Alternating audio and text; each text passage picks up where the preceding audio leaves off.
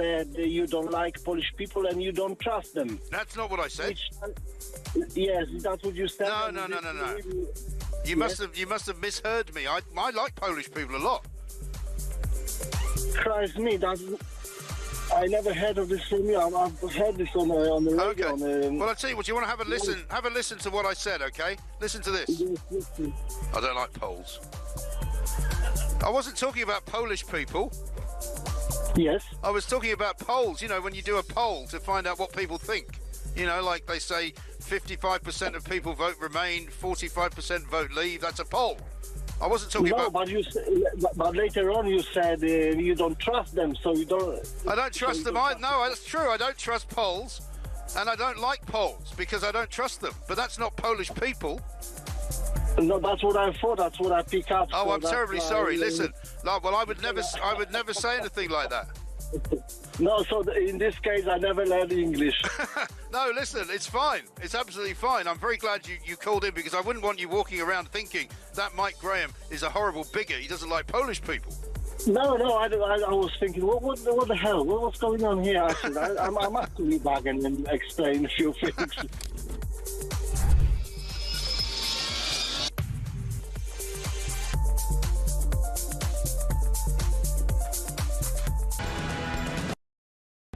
Across the UK, on DAB+, on your smart speaker, on your smart TV, and on your side. This is Talk.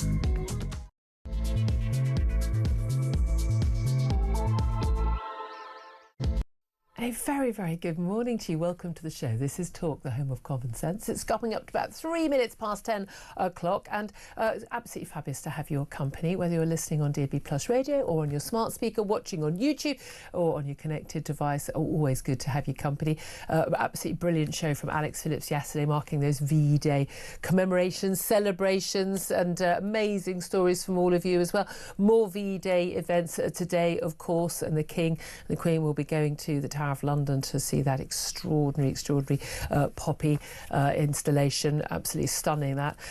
Lots to talk about. It's my first time back on air since a few little events on Thursday, got the results on Friday, and just extraordinary turnabout in terms of where our politics are going. Game changer is a phrase that is perhaps overused, but wow, Thursday's results was absolutely a game changer. We can talk a lot about that today, about where that takes us, what happens in the future. In particular, the reaction from the Tories and Labour to that challenge from Labour, because they ain't got it before now. Will they get it now? Well, today we understand the Home Office is going to plan to restrict work and study visa applications from countries who are most likely to overstay and claim asylum under new plans by Labour to crack down on abuse of the system. They finally got it, that actually people are a bit unhappy about not just illegal migration but legal migration. Loads of people arrive on study visas, arrive on work visas, and they basically do their visa. As soon as it's up, turns out now I need to claim asylum. Really? Or now also I'm destitute. Now I need you to pay for my accommodation as well. If the nationalities to be targeted in particular include Pakistanis, Nigerians and Sri Lankans. Some 30 or 40% of the applications for asylum are not from people arriving on those Channel migrant boats. It's people doing this. So is that a good thing? And why did no one think of it before? Might be a reasonable question for you to wonder. We're also going to be talking about the possibility of a winter fuel allowance U-turn. Lots of talk about that. The Guardian front page today suggesting that government spokespeople saying, no, they're not looking at it. But are they? This is all in the wake of those disastrous local election results for Labour. Disastrous also, of course, for the Tories. But I'd love to know your reaction. Would either of those policies, would both of those policies, would they be a game changer for you, to use that word again? Would that be enough to win back votes for Labour? What could the Tories do to get your vote back if you're one of the many people who have swung to reform, as the polls would suggest? Give us a call, 0344 499 1000. Text the word TALK in your message to 87222. You can also get in touch with us on X at Talk TV. Calls are charged at the national rate. Text costs one standard network rate message. Also going to be talking about the accommodation which we paid for in Rwanda and then sent, I think, was it 2 people? And they went voluntarily. So we actually paid them $3,000 each to get on those flights. That accommodation now could be used to house migrants deported from the US by Donald Trump. Brilliant. What a great system. Plus, of course, there are big movements regarding the Tory leadership of Kemi Badenoch, as Conservative MPs are actually holding meetings this week as Parliament returns today after the party's terrible performance in local elections about her future. And the great Ginger Whinger has been back in the news, stealing, I felt, rather unfairly, the headlines due to reform over the weekend as he basically hit out at the latest court decision against him over his security, talked about his father and his family, and he's accused of by Buckingham Palace insiders of giving a scorched earth interview in which he has shown he has simply lost touch with reality. Well, all of that and plenty more besides, including the small matter of the threat of attack by Russia, which apparently we have decided to start preparing for, and we're going to be chatting about all that throughout the show, hopefully with you on the phone lines 0344 499 1000, but also with Tom Slater, editor of Spiked Online, who, as always, well, every other Tuesday joins us in the studio for the chit and the chat. Tom, thank you very much for joining us. Morning, Julia. Did you have a good bank holiday? I did. I wasn't in the country, fun enough. I was in Germany. You've of all changed. Places. You've changed. but I did. A lot of good times. I did a little bit of a trip to Italy for my birthday, but I have to say, keeping quite a watching brief on the news, sitting there on a chairlift in Capri going, oh, look at that result, look at that result. Very exciting times. I mean, let's just first of all just talk about, reactions. First time we've both been on air since that result. I listened to your Spike podcast about it, but, that reform result, there's no doubt at all. I mean, they talk about, the Lib Dems did quite well too, and the Greens, I'm sorry, differently. That was a game change for British politics, wasn't it? That is not an underestimate. No, absolutely. I mean, the words historic local election, they don't often appear next to each other, but this is the genuine exception. This is shaping up to be the most serious challenge to the two-party duopoly for 100 years. You've had Labour and the Tories ruling the roost for a century, and now they can't even get 50% of the vote share together. That's really uncharted territory. Also, it disproves, or certainly challenges, one of the claims that was always made, not just against reform, but its predecessors in the Brexit Party and UKIP, which is that you can generate a certain level of publicity and support. Where's your ground game? Where's your people who are knocking on doors, canvassing, know where to get your vote out, and so on? Yeah. They have demonstrated that they have come on leaps and bounds since even last summer's election. So all of this is shaping up to be, even though, as you were saying earlier, these words historic, unprecedented, and etc. are used ad nauseum these days in British politics, this definitely qualifies. It's absolutely fascinating how we have been talking about this for a long time. I've been writing about this for a long time. I wrote a piece about last December about possibility of Elon Musk's money being a game changer without even getting that $100 million. They have made this massive achievement. It seemed to come as something of a surprise to an awful lot of the commentators, the great and the good, the experts, if I've got me, not the John Curtis, the people who pay attention to the polls, but they're utterly surprised and bewildered by a lot of this. No, absolutely, and you think the writing's been on the wall for so long. I mean, we knew that Labour's victory in last summer's election was this kind of sandcastle majority, which could easily be washed away. The fact that it was won on a historically low turnout, historically low vote share for a majority government, it was quite clear that people just kind of acquiesced, letting them rule over us, but people still got it into their heads that this was Labour kind of conquering all before it. We all knew how unpopular this government was. We also knew that this was largely rebounding to the benefit of reform, because the Conservatives are seen still as a kind of tainted brand, and also not really being able to capitalise on the moment that has been presented. Who's most under threat, do you think? The Tories or Labour? But at the end of the day, Labour are in power. There is actually, people talk about, Keir Starmer's not going to last. Who's the obvious alternative? I mean, actually, a lot of people would say Wes Streeting seems like the most sensible option. He talks again, he speaks human, he's on top of things, I think he's very likeable. But if you look at the polling among Labour Party members, he's seen as a Blairite figure. He's far too right-wing for them. He's far too sensible, you could say, for them. So, I mean, again, Keir Starmer had to really pivot left to win that vote. And there isn't a mechanism to oust. There really isn't to oust a Labour leader once they're in office. That was kind of many changes in these things. But Kemi Badenoch, there's no doubt at all that she is very vulnerable right now. There was a lot of talk even before these elections. Look, everyone knew they'd do badly. 2021 was a high water mark, the vaccine bounce for Boris Johnson. Everyone knows most of the seats up for grabs were Tories. So it was just, of course, they were going to lose more seats. But it was an absolute annihilation. I mean, it really was. And there's lots of talk about how MPs are actually meeting this week. Parliament comes back today. Today, Nigel Farage will be in Parliament as his new MP, Sarah Potchin, is sworn in after the Runcorn by-election. I mean, an extraordinary result there, winning by 6 votes. I mean, they're on 4 votes to get recount, and then they find another 2. I think a lot of people were going, they're going to find another 6 in the other direction. But there is still this pressure on Himi Badenoch, criticism that she's not moving fast enough, she's not sort of setting the world on fire, she's not moving in the right direction. Some saying she needs to move to sort of the centre ground. William Hague's piece, needs to be a big centre ground party, centre right. Others saying she needs to come and, sort of line really, I suppose. You see more from the Shadow Justice Secretary Robert Jenrick about moving to reform and perhaps looking at some sort of, deal. I mean, there's not going to be a deal on offer from the Reform Party, but what are the choices available to Kemi Badenoch? I mean, they're very difficult because of the fact that what a lot of people say about their vote splitting in both directions is true. If they are seen to move further to the right, which often just means sort of more to the common sense centre these days, but nevertheless that will upset the people that they're losing to the Lib Dems in Middle England and so on, whereas at the same time, if they kind of continue to not stand out, to not make an impact on a lot of the big issues that people really care about, they're going to, particularly things like immigration, they're going to lose ground to reform. All of that is true. I think this would happen under conceivably anyone who was elected leader of the Conservative Party. In the wake of 14 years in power. Exactly, and again, another historic, to use that word again, defeat for them last summer. I mean, this is something which was always going to be a tremendous job, not least because of the fact that they want to be still maintain their position as the party of the right in British politics, but they want to do it with a coalition which doesn't really make sense anymore. Those two factions. If you want to appeal to Lib Dems, then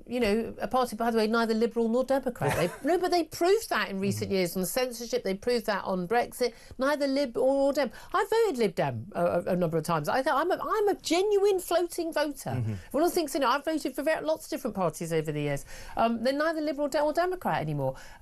If you want to appeal to Lib Dems, then fine. But you're not going to be in power again. No. There's a reason why the Lib... Here's an idea. If someone wants to vote Lib Dem, they've got an option. Oh, they can vote Lib Dem. I mean, seriously, though, that's things...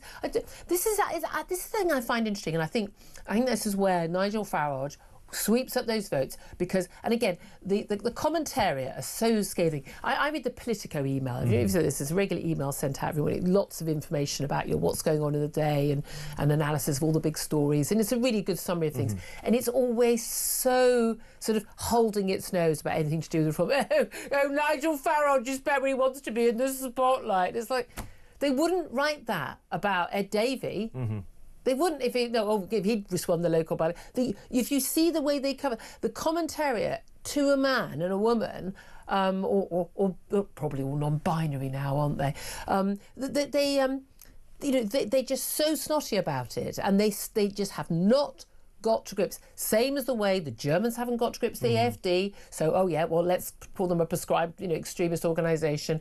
The French haven't got to grips with Marine Le Pen and her National Rally Party. The way that American commentariat hadn't got to grips with Trump's Republicans. You can agree or disagree with the people in charge or the lots of the policies, some of the policies, all of the policies, but at the end of the day, this whole head in your sands thing by the commentariat, by the establishment, by the mainstream of just pretending this stuff isn't happening. Well, good luck with that, because Thursday told you what happens when you do that. And it's incredible that they're still underestimating Reform and Farage, despite the fact that, we've it's a protest vote before. I mean, it's one of those things where, Nigel Farage, agree with him or disagree with him, like him or dislike him, is one of the most consequential politicians of this era. He's been on the political scene for well over 20 years now in a very prominent He's the reason why we are where we are. Absolutely, in terms of, actually getting the Brexit referendum to be held, and the fact that he's now been able to shift into actually setting up a genuine sort of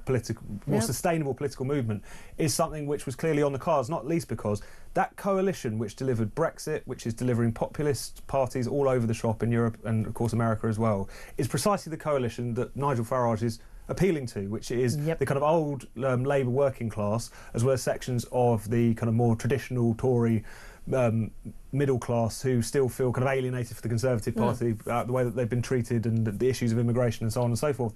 That is proving a winning populist coalition across the board. He was clearly starting to reach into those areas, and yet you've still got commentators just kind of treating it as if it's a blip that's going to go away. And again, I don't think of it as a protest vote at all. I think of it as a really positive vote. I mean, genuinely, I say I'm not holding a candle for any particular party, but it seems to me that actually it's a very positive vote. It's about believing in your country, believing in your values, thinking there's something worth protecting, wanting to protect sort of community values and the liberal values of this country and freedom of speech.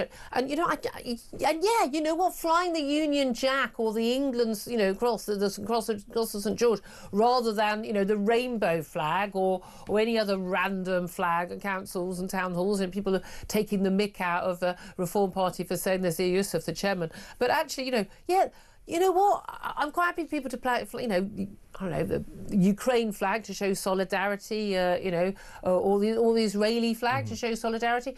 But again, it's the left that have kind of taken the mick on this front, and this is what happens. In terms of what parties can do to particularly the Labour Party in power, can do to tackle this, because I was going to say, that's one of the things about Nigel Farage is, when you've banged on, as he has, about the same topics again and again and again for years, people know he's genuine about it. And when you bang on about things like immigration, and you bang on about things like the cost of living and stuff, and you talk about this stuff and how working class communities are being hurt and people are really hurting from cost of living crisis and being anti-net zero, if you've been saying the same thing for years, when people were abusing you and saying you were a racist and saying you were a bigot and saying you were a climate denier and all of that, and on the trans issue again, he's being banged to rights on everything, okay?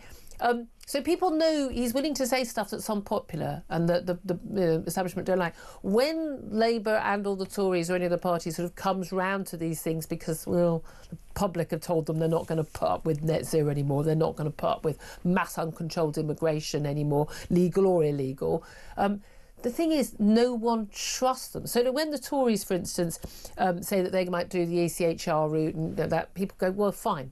But you talked a good game before. You were in power 14 years and the problem got worse. 782,000 net migrants, more than a million on the latest figures for 23.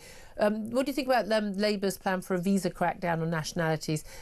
Basically, there's a lot of the asylum costs come from these people, as I mentioned. Student visa, work visa, and then they go, oh, turns out I can't go back to my country because I'd be persecuted. I need to seek asylum when that visa's over. Particularly, you're talking about Pakistanis, Nigerians and Sri Lankans, who then also say, oh, suddenly I'm destitute. I had to prove I had money to come here on the visa, but now I'm suddenly destitute and I need the state to pay for me. Do you think a crackdown on things like that is going to make a difference? Well, if it bears results, potentially. I mean, it's one of those things where, even though quite understandably our focus is often on the small boats crossings because it's very visible, it's something that you're kind of confronted with images of on a day-to-day basis, this is still the kind of lion's share of kind of asylum, illegal migration. That issue is people overstaying visas effectively and then claiming asylum. So if it's the sort of thing which could actually kind of genuinely start to bring the numbers down, but I don't think anyone trusts that it will, because unless you're willing to sort of really grasp the nettle of this issue of asylum, which involves looking at the Refugee Convention, looking at the European Court of Human Rights and the way in which those enable judges to effectively make it incredibly difficult to remove anyone, it's you're surely going to be onto a loser. And also, even with the Labour Party, they have rhetorically, and to a certain extent in terms of policy, but nowhere near the same stretch, talked a big game on immigration. We had Keir Starmer saying that the open borders experiment is over, but they're not going to get any credit for it because no one believes it. When you hear Keir Starmer make those points, they don't believe it. And so it's one of those things where even if they started to make some, there were some changes around the edges, they're not going to get credit for it. Also, people are not going to believe them once they do. Old enough to remember, getting net migration down to tens of thousands. I mean, come on, give me a credit. We ain't going to do that anytime soon. And people just say they've had enough. And they're not going to trust anyone who hasn't been talking about this when it really mattered. Just finally, what about the possibilities that number 10 is rethinking winter fuel payment cut? Obviously, Tories and Labour both hit in the local elections. There's no doubt at all when it comes to polling, it shows that winter fuel payment is the most resonant policy. That is Labour MPs say, basically Labour's poll tax policy. So unpopular. The front page of The Guardian, you know, their political editor, Pippa Guerra, she knows her stuff. She's got good contacts. Apparently, Cabinet Minister saying this is an issue. Wes Streeting's been on the media round today, and he's basically saying, look, you know, basically above my pay grade. I ain't the Chancellor. If there was a U-turn, and whether they were means testing it, whether they raised the threshold so more pensioners who were on the poverty line were able to get it, do you think that would make any difference, or is the damage already done? I think the damage is already done. I think because of the fact that it's become part of the story of this government now. It wasn't just kind of one mistake that came out of the clear blue. It came straight after all of the freebies, and so that naturally that story writes itself in people's minds. And also because there's such a lack of trust in this government, I think people would just kind of pocket the U-turn, be thank you very much, but they're not going to get any credit for it. And you're but you didn't do it. You did the policy, even though people thought it was wrong. I mean, I was just horrified by it. And then you only U-turned after you lost elections. So again, you don't believe the U-turn. It's not a thought-through policy. That's the thing, isn't it? You're just not going to get credit. No party's going to get credit for doing this stuff when they're forced to do it. No, absolutely. And it's important to remember how much that winter fuel cut and some of the things that have happened around disability benefits and so on since then, that was the government's whole narrative. They were like, we need to make these tough decisions. Look how tough we're being. Look how sensible and fiscally responsible we're being. So to start unpicking that now raises real questions once again about what's the message here, what's the story, what is this government about? And we all know they haven't got an answer to that. Absolutely. I'd love to hear your thoughts, and I'd love to hear your answer to this. Is that going to be enough, whether it's an immigration visa crackdown, a U-turn of any sort on the winter fuel allowance? What could Labour do to win back votes, do you think? Is it too far gone now? Would that be enough to win back your vote? What can Kemi Badenoch do in terms of the Tories? What should she do? I'd love to hear your thoughts on all of this. 0344 499 1000 is the number to call. We'll get to your calls up next. This is Talk.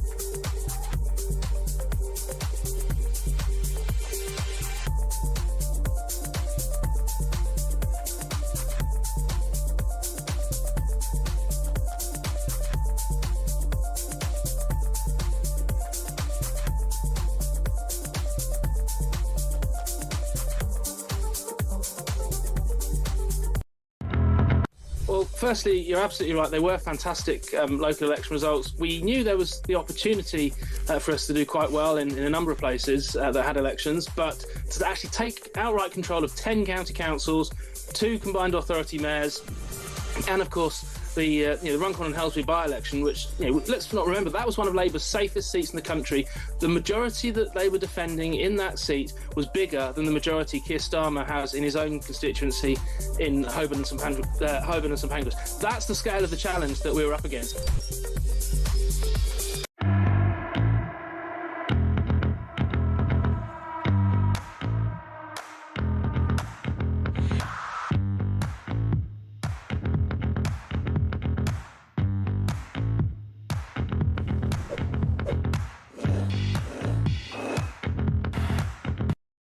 Across the UK.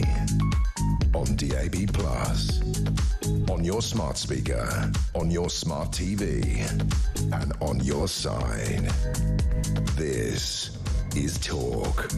This is Talk, the Home of Common Sense, with me, Julia Hartley-Brewer. Tom Slater also still with me. Coming up in a very few moments, we're going to be talking to Deputy Editor of The Spectator, Freddie Gray, about these latest Labour policy announcements, or possible announcements, in terms of winning back votes. Well, any of it worked. Love to hear your thoughts on that. Mary's got in touch and says, will it be a mission-led crackdown on immigration visas? Counts for nothing if not. I think Mary may be being a little bit sarcastic. Veronica says, again, it's not legal migrants that apply for visas to work. It's illegal migrants coming on small boats that we as a nation want rid of. And, well, he knows it, so stop insulting our intelligence. Your toast, reform or our next government, get used to that fact. No, I'm more worried about the ones we don't know about, at least the documented ones on the visas. We actually know who they are, less likely to be a danger to us. However, pretty unhappy about people coming here on a work or student visa and then suddenly discovering that they can't go home. Really? Just to be automatic, you don't get to stay, just automatic. And by the way, the people who don't even apply, they still here. The government has no idea. You know, all that faff you have going in and out of the country and the fuss they make of your passport and didn't quite read, you have to go in the queue to see the nice man, the electronic visa, the passport didn't work. Yeah. Once you're in the country, whether you're from this country or not, they have no idea. Absolute, complete waste of time. You know what the solution would be if Tony Blair was here? Digital ID cards. Vic says Labour will make legal immigration harder. They're a soft target. Nothing will be done about the tens of thousands of young men arriving illegally. Harley says, too late, the earthquake has happened. There's no stopping the wave. Tony says, given they claim the winter fuel cut was made to help plug a black hole, what taxes are they now going to increase? That's exactly the point you were making, John. Let's go to Andrew, who's on the line in Hertfordshire. He's given us a call on 0344 499 1000. Andrew, very good morning to you. What do you make of the government planning an immigration visa crackdown? Talk of some sort of partial U-turn on the winter fuel allowance. Is that enough to win back those votes? Good morning, Julia. I hope you had a great break. Thank you. Those two statements are irrelevant, aren't they? If you take them and just boil them down, you've just discussed it through, as I did with your guy on the phones. That's what we call him. That's his job title on his. Guy on the phone. So those things are baked in now. They can never come back from that. Blair can never come back from the Iraq War. Neil Kinnock can never come back from falling over. Hold on a minute. The Iraq War. I mean, he would still have won the election if he hadn't handed over to Brown after the Iraq War. Yeah, well, so we think. But what's done is done. What can Starmer do? There's two things Starmer can do to actually get control now. Farage is going to drive him into the ground. He's got local control. He's done flags. He can look at schools now, and he can be like Khan. Khan was the Labour mayor of London, and he's the thorn in every Conservative government. Look at the Heathrow. New runway, straight away he's taking the government to court. Farage can start to target things such as why are schools being shut down, academies, and they can be really relevant locally. But Starmer has two ways out. Number one is he likes a windfall tax on successful companies. He needs to fine Deliveroo $2 billion for enabling illegal immigrants to work in the UK. He needs to do it this week. And the second thing he needs to do is to act like a leader and start actually moving people around. He needs to move Miliband on, Rayner on, and he needs to do it this week. Because at the moment, he's driven by an agenda and he looks weak because he is. That was interesting. Some reports yesterday, the paper's talking about how, and some, party, figures say, he needs to go with his gut instinct, he needs to act everything. But his gut instinct is all the things that voters don't like. Yeah, he moves Ed Miliband on. So what? He's still completely. It's Keir Starmer's net zero policy, not Ed Miliband's net zero policy. Then you're very spot on. I agree with you, but look at what the public are doing. They voted in reform, and they like the policies. Yep. He either wants to be successful and drive and bring the country with him, or he's got 3 years. I don't think they'll do their term. They're going to have to go to the country soon. Why? Why would they? Why would they have to go to the country? They've got a majority of best part of two. Was it 150 now or something? 160? Because there's no such, there's nothing so isolated as leadership after victory. And if you look, I think it was Napoleon said that, or the Duke of Wellington. If you look at him now, he's sitting one there. Of the two. Yeah, that's right. He's sitting in number 10. The left hate him. Yeah. The right hate him. His own party. And he doesn't believe in anything. And such as he does believe in anything, it's pretty much the opposite of what the British people believe. I know, but there's no way of ousting him if he doesn't want to go. Exactly, but he's pulling in £35,000 net a month in pension for sitting there. So why doesn't he just say, look, I'm out? Because power is very, very enticing to people. The question is why people want power in the first place. Andrew, interesting call. Thank you very much. Let's go to Louise, who is in Kent. Good morning to you, Louise. Good morning, Julia. Well, I've just read absolutely... Frederick Merz has failed to get past the first round of the getting in to be Chancellor. Who? He's Frederick Merz. Merz. Oh, so sorry, the German Chancellor. I'm thinking, what are we talking about? Yeah. So he's failed the first round to get to Chancellor, so that's a bit mind-blowing. But what I was going to talk to you about primarily was this winter fuel allowance. But Labour have got a real problem ahead of them because we've got the junior doctors threatening to go out and strike again because they want their full restoration in spite of their huge pay award last year. Teachers are threatening to go out, nurses and everybody else. Yeah. Now they're looking at this winter fuel allowance. And then somebody says, well, let's put in a wealth tax. What are you not hearing? That everybody's already left because of the non-dom. What do you think if there was a U-turn of some sort on the winter fuel allowance? I think what they ought to do is... No. If there was a U-turn, would that be a game changer? Would that make a difference? No, it wouldn't to me at all. But it wouldn't make... Because I don't have any trust in them anyway. I would never vote for Labour in a month's sun. And I remember the winter of discontent, which I'm afraid we're heading rapidly for this winter. Well, I think people talk about it happening already before then in the summer. Louise, thank you very much for that. Really appreciate that. Look, she wasn't going to vote Labour anyway.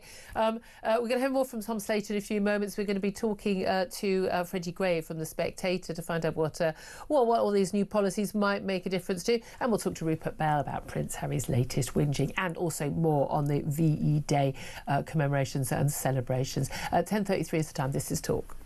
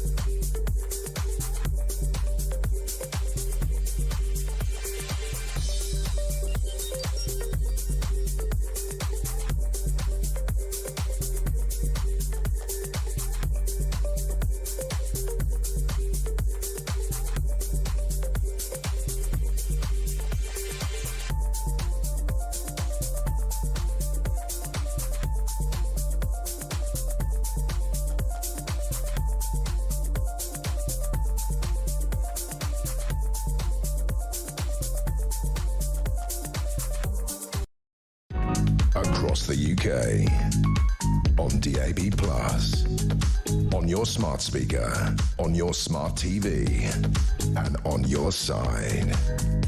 This is Talk. Very good morning. Welcome back to the show. 10:34 is the time. Let's talk right now to Freddie Gray. He's Deputy Editor of The Spectator and joins us. A very good morning to you, Freddie. Good morning, Julia. Thank you very well indeed. Look, I mean, not as well as Nigel Farage with the spring in his step today. Parliament returns after its little election break. He's going to be bringing in his brand new MP for Runcorn, Sarah Pochin, to have her sworn in. And he's got 677 council seats, one out of about 1,600. He's got control of 10 councils, 2 mayoralties as well. Question: was what happened last Thursday, was that a game changer? And if so, can Labour, can the Tories do anything to change the rules of that game? I think it was. I mean, we have to wait and see whether it was a real game changer, but I think it looks like a very significant moment in British politics. And I think it's the moment where both the Labour Party and the Tory Party realise that reform aren't helpful to Labour, are realising reform aren't really helpful to them. They are actually a threat to Labour now, quite a serious threat to Labour. And the Tories have realised that they are not just facing an existential threat, they are in the death throes. Their party is in serious trouble. It was always thought that the Conservatives would have great organisational advantages over reform and perhaps funding advantages over reform. Those are gone. Reform is now the credible opposition.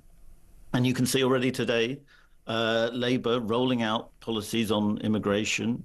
We can talk more about those in a sec, but the fact that they are shows you that they know that immigration is the issue in modern Western electoral politics. But again, the polling shows that actually cost of living is the issue that most voters put first. But again, there's no doubt at all. Right. There's cost of living, there's public services like the NHS. Everyone will know someone waiting ages for some sort of treatment, or been in A&E and waited hours and hours or days for a bed, or any treatment at all. And of course, immigration. Those three issues combined.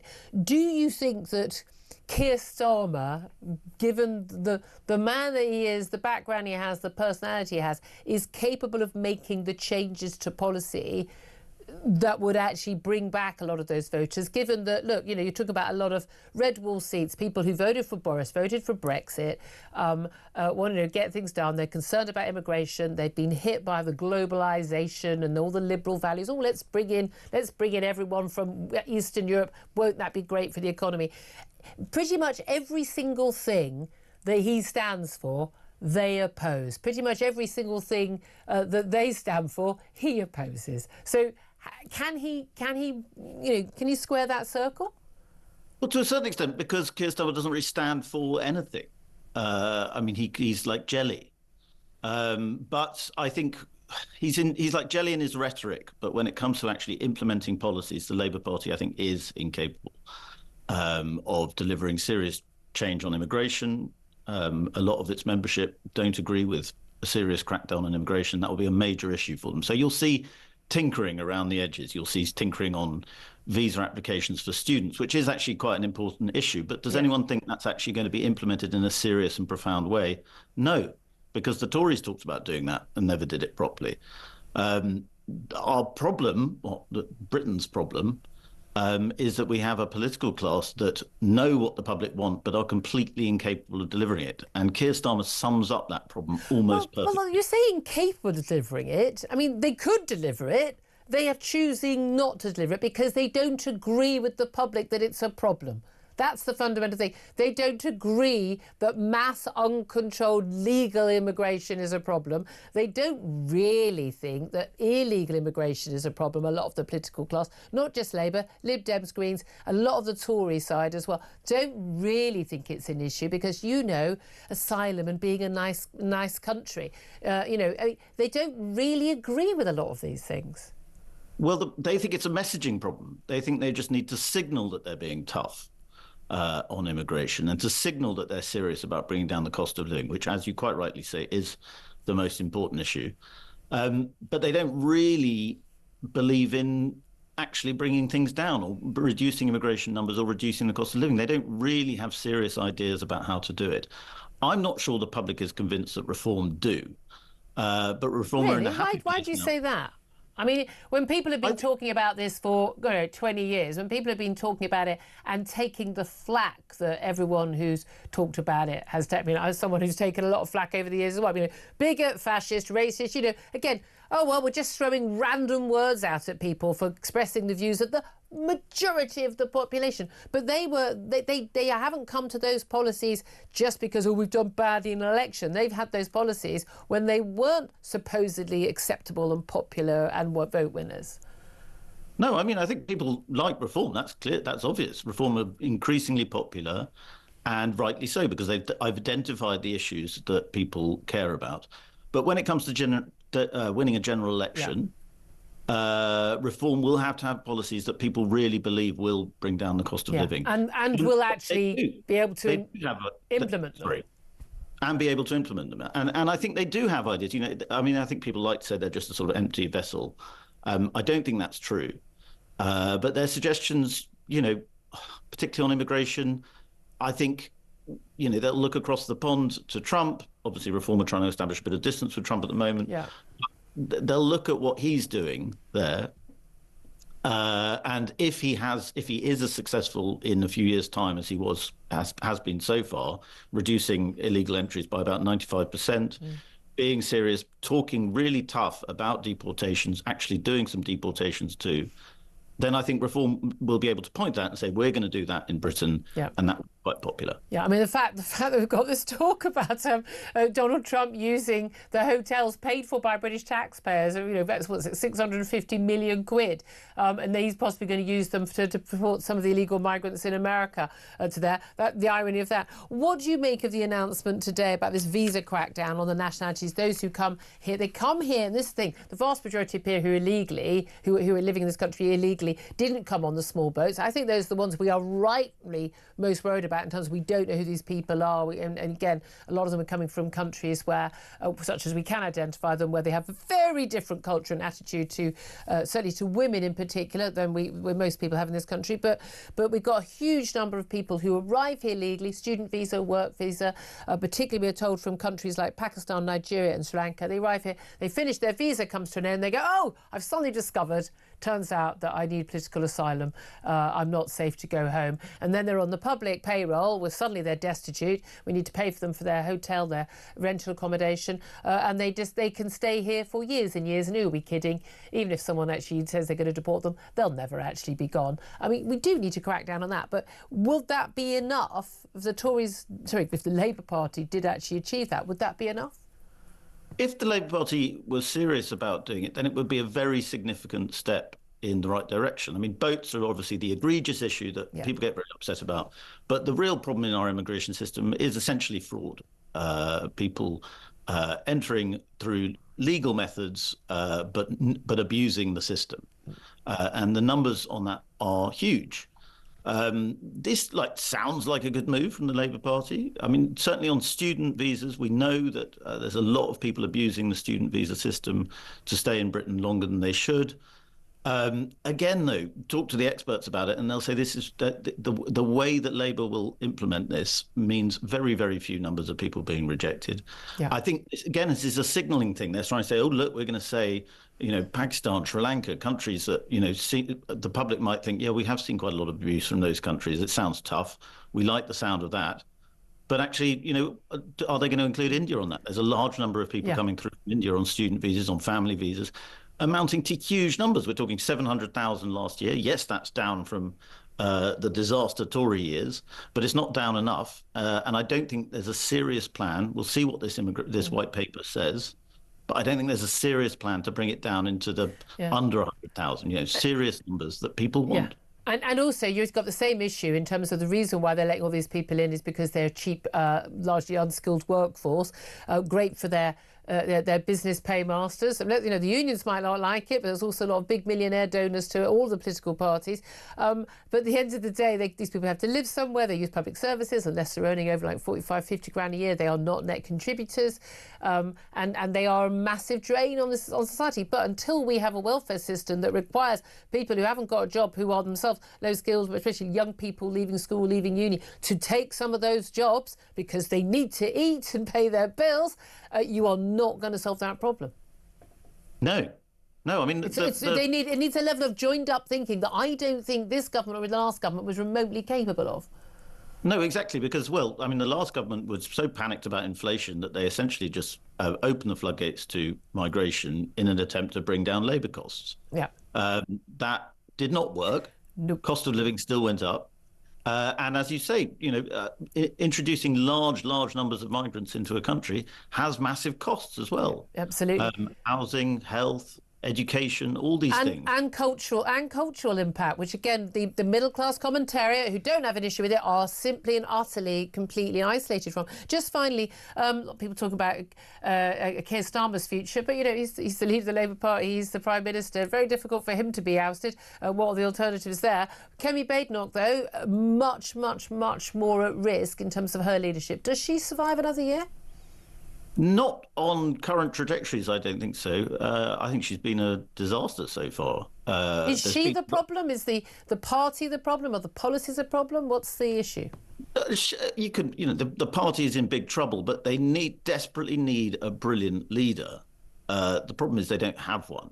I think all the things Kemi was supposed to be, kind of robust, willing to, talk about the tough issues and so on. Take the fight to the parties. Take the fight. I mean, so far, probably her biggest win has been on adolescence, where she said the right things. It was a TV show. There was a weird cultural mania about it. She said, I don't have to watch it. And, that was quite a good moment for her, because the public, I think, would have thought, well, why should she be bullied into watching a TV documentary? I don't think most members of the public are even remotely aware of it, to be honest. But there we are. Freddie, great to talk to you. Thank you so much for joining us, Deputy Editor of The Spectator. Tom Slater, do you want to come in on all of that? No, I think on that final point there's been a few sort of moments in which the Conservatives have managed to get some cut through. The grooming gangs issue, I suppose, is one.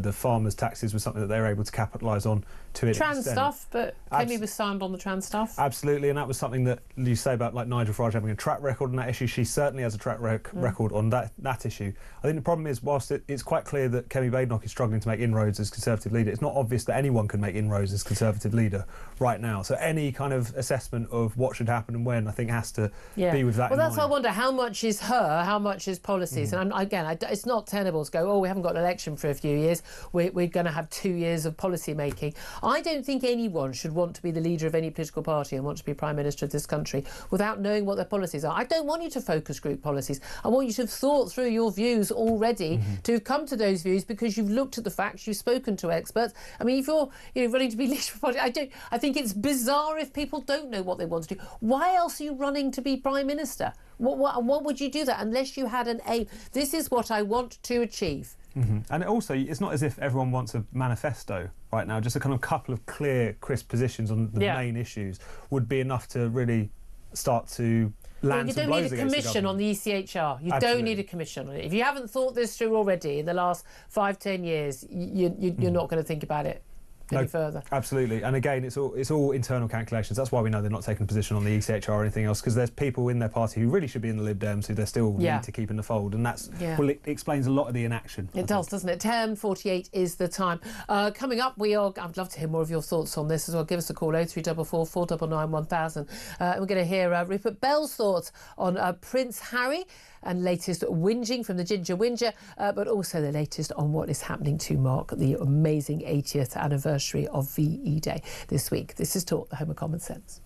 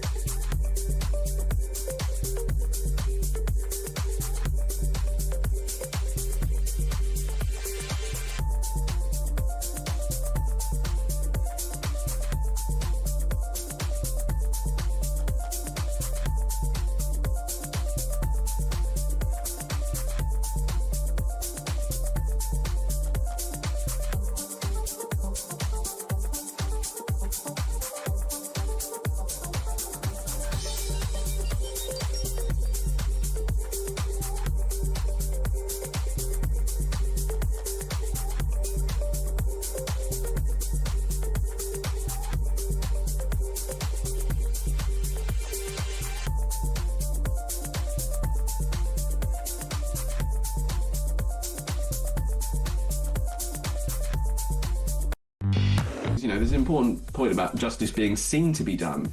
And I think the major problem we have with the immigration tribunals at the moment is that justice is rarely seen to be done. We see all these crazy-looking decisions coming out of the tribunal, and anyone who wants to understand them has to read through a 40-page case decision.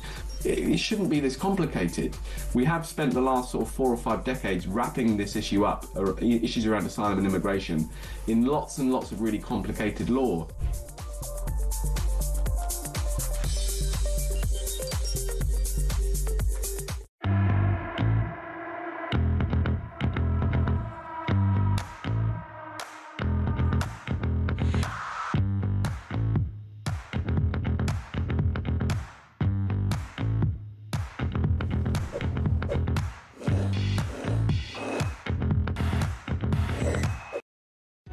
Across the UK, on DAB+, on your smart speaker, on your smart TV, and on your side. This is Talk.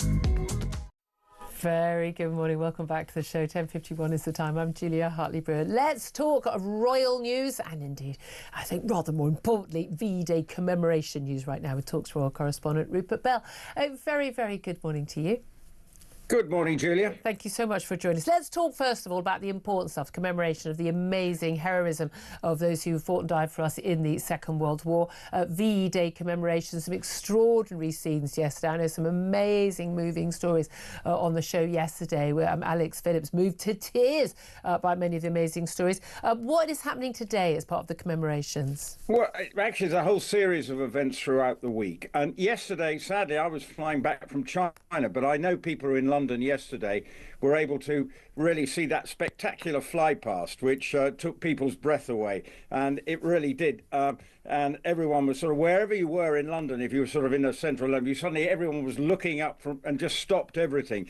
And it is very important, these whole series is commemoration service at Westminster Abbey. But if you look to the 8th, now that is actually VE Day. Yeah. This is when we really need to sort of take focus and take stock, because in essence this is the last really celebration that we can actually have people who remember it in some shape or form. And that, I think, is the key point of this whole week of VE Day celebrations. Absolutely. That we had people who were there and make sure that we as future generations remember the sacrifices that those individuals went through. Because we are in very chastened times at the moment, and we have to focus people's mind and saying, goodness me, this could happen again to us. Even seeing today, Keir Starmer is worried by threats from Russia. Our defense, so we need. And if you look back to the 30s, the way the sort of build up of, we appease, and then in the end, what happens? We still up going to war. So it's a very... It's very like poignant. It's very poignant. I thought it was very noticeable also looking at the royal family on the balcony at Buckingham Palace. Not a single person there who had served in the Second World War. We always had we had Prince Philip, we'd have the Queen, and the time has passed, and that's an indication of how much time has passed. But still, such a significant thing, and it's one of the things I keep pointing out to people. I mean, I was tweeting about it yesterday. That we should honour that memory, not just by taking a moment and obviously on other important days, armistice days and others, remembering that sacrifice, but celebrating that amazing moment of winning that war in Europe, but also crucially honouring those who died and fought and had their battle scars, mental and physical, for life, by making sure we maintain those freedoms, those values, that culture, all the things that people were fighting for back then. Yeah, history, if you look through history, it repeats itself. And, we thought we were in this wonderful time of perfect peace and harmony. But through history, most of the time, if you look through British history, we go to war every 25 years. It's a generational thing. In the Victorian era, you think it was a wonderful era, but we were permanently conflict somewhere. I think my generation in particular, growing up without wars, other than the Falklands, were far away, not really understanding yet how exactly significant that is. Someone who's always at war, it appears, is Prince Harry. He, I think, rather ruthlessly stole an awful lot of the headlines over the weekend, which were deserved by Reform for their victory in their war in the local elections.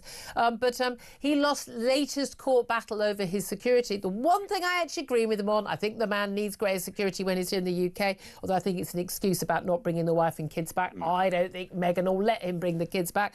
I find it extraordinary that this is a man who says he doesn't know how much longer his father has to live, but doesn't let him see his own grandchildren, which is a bit telling. But it is his latest set of whinging.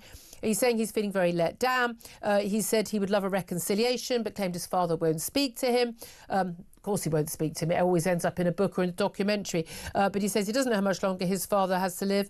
And he says he has, though, forgiven his family, i.e. his brother and his father in particular.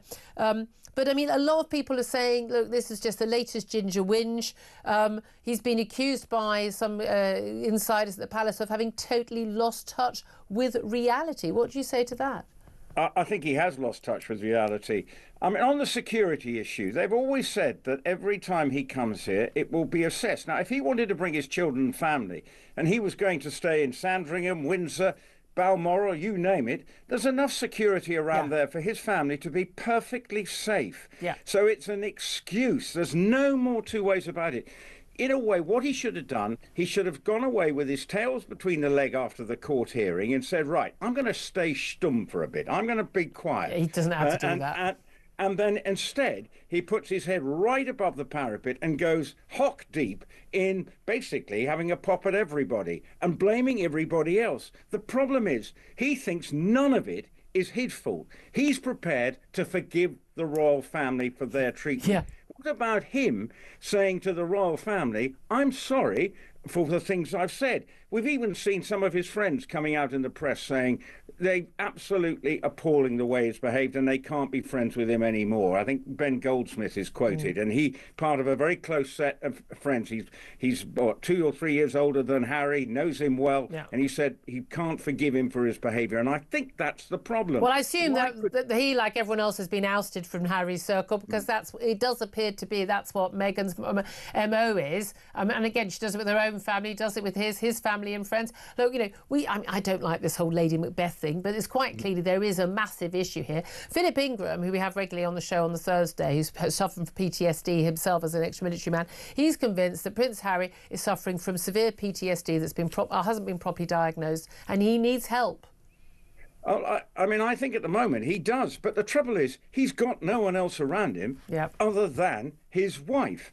Now, what he needs, he talks about family being so important. Well, she hasn't got her family. Yes, they've got their 2 children. He hasn't got his family, so he's just drifting. He would need someone. If his brother or anyone said, look, come on, help here, but he's too stubborn, too ignorant, I don't know, too thick, I don't know what it is. But if he is suffering from PTSD, then he needs help. He actually needs now to let go.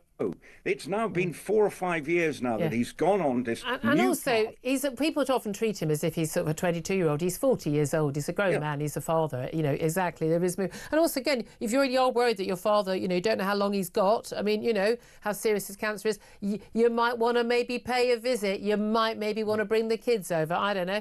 Might be the sort of thing to do. Talks Royal Correspondent Rick Bell, thank you as always for joining us. Tom Slater, I know, you know, you hate talking about the royals things, but I'm annoyed with myself for how much I'm fascinated about this. And again, we're not royal insiders. We've no idea what goes on in Harry's head, what goes on in that marriage. You know, who knows? I think being a part of the firm would have been horrific as well. Again, if they'd gone off and had a private life, great, but they didn't. But this latest outburst, that's not going to help anything, is it? No, absolutely. And it's all just part of his victim complex, isn't it? I mean, even when he's got a point, which I agree with you, he does in this particular narrow instance. I mean, there's not many people with a bigger target on their head, given that he also quite unwisely bragged about how many, you know, Taliban fighters he killed in his autobiography. But still, even so, because it all gets channeled through this woe is me thing, it just makes it less and less likely he's going to have this reconciliation he claims that he wants to have. You can completely understand why the members of the royal family back here don't want to speak to him, because everything they say, you know, text messages, anything, will end up in the latest book or in the latest Netflix documentary, and it's not that complicated, is it? Anyway, plenty more coming up. Want to hear from you as well. 0344 499 1000. This is Talk with the Home of Common Sense.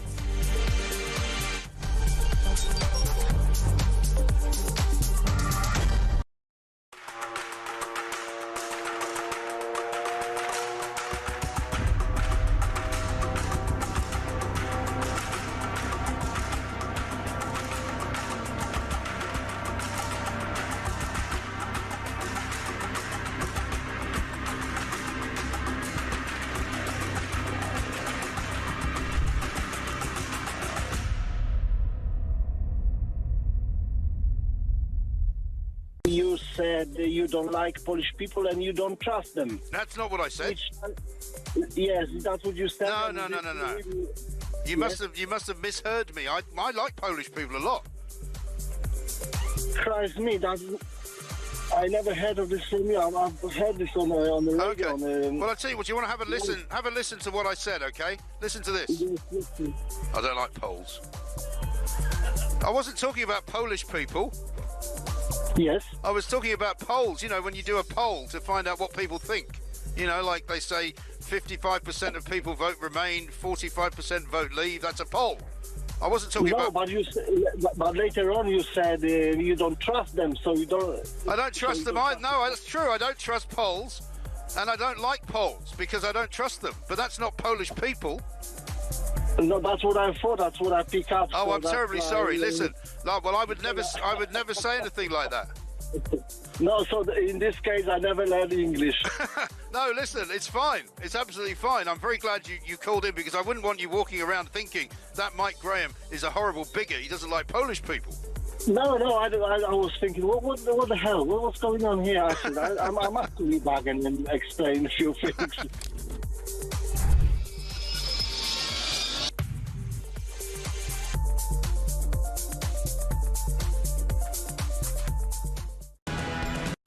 Across the UK, on DAB+, on your smart speaker, on your smart TV, and on your side. This is Talk.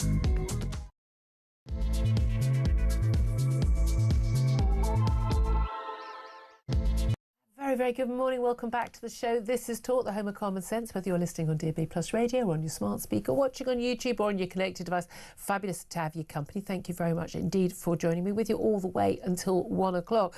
Coming up in this hour, Labour are set to try and make some immigration announcements that will bring back some of those voters who defected to reform at the local elections and that Runcorn by-election last Thursday. The Home Office said they want to restrict work and study visa applications from countries who are most likely to have their people overstay and claim asylum miraculously 3 years after their visa expires. Under new plans, they want to crack down on abuse of the system. The nationalities likely to be targeted include Pakistanis, Nigerians and Sri Lankans, who are most likely to be making those claims. Also, Britain is secretly preparing for a direct military attack by Russia amid fears that we are not ready for war. I mean, I'm not preparing that secretly, are we, given that we know about it? Officials have been asked to update a 20-year-old contingency plan that would put the country on a war footing after threats of attacks by the Kremlin. We're going to be talking to Andrew Fox about that, and also about the latest plans from the Israeli government and the IDF for taking over Gaza, possibly forever. Plus, one of the Iranian men arrested on suspicion of plotting a major terror attack in Britain has close connections to the regime in Tehran, it's been revealed. The suspect was one of 5 people detained at the weekend in a joint operation involving counter-terrorism police and members of the special forces. Plus, cutting costs for families should come before expensive net zero goals. Who says that? Well, me. Banging on for the last 10 years.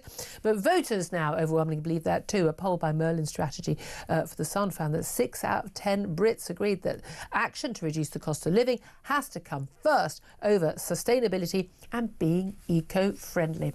Told you these policies don't survive contact with reality. Anyway, I want to hear from you, and lots to talk about. It's the first time I've been on air since that amazing set of results for Reform Party and the Runcorn by-election, and the local elections as well. I mean, Reform now in control of 10 councils. They're now back up to 5 MPs. Sarah Potchin is going to be sworn in as an MP today, no doubt, with Nigel Farage at her side.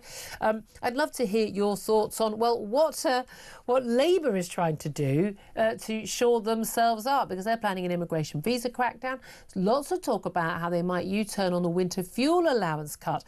Maybe means testing it, maybe sort of a partial U-turn in the wake of those disastrous local election results for them. What can they do? Would that be enough to win back voters? Love to hear your thoughts on that. What can Kemi Badenoch and the Tories do to win back those voters? Or, frankly, is it the end of the Tory party. Certainly seems to be the end of of leader Kemi Badenoch's future. A lot of people are saying, I want to hear your thoughts on all of this. Give us a call. 0344 499 1000 is the number to call. You can text the word talk and then your message to 87222. Get in touch with us on X at Talk TV. Calls are charged at the national rate. Text costs £1, standard network rate message.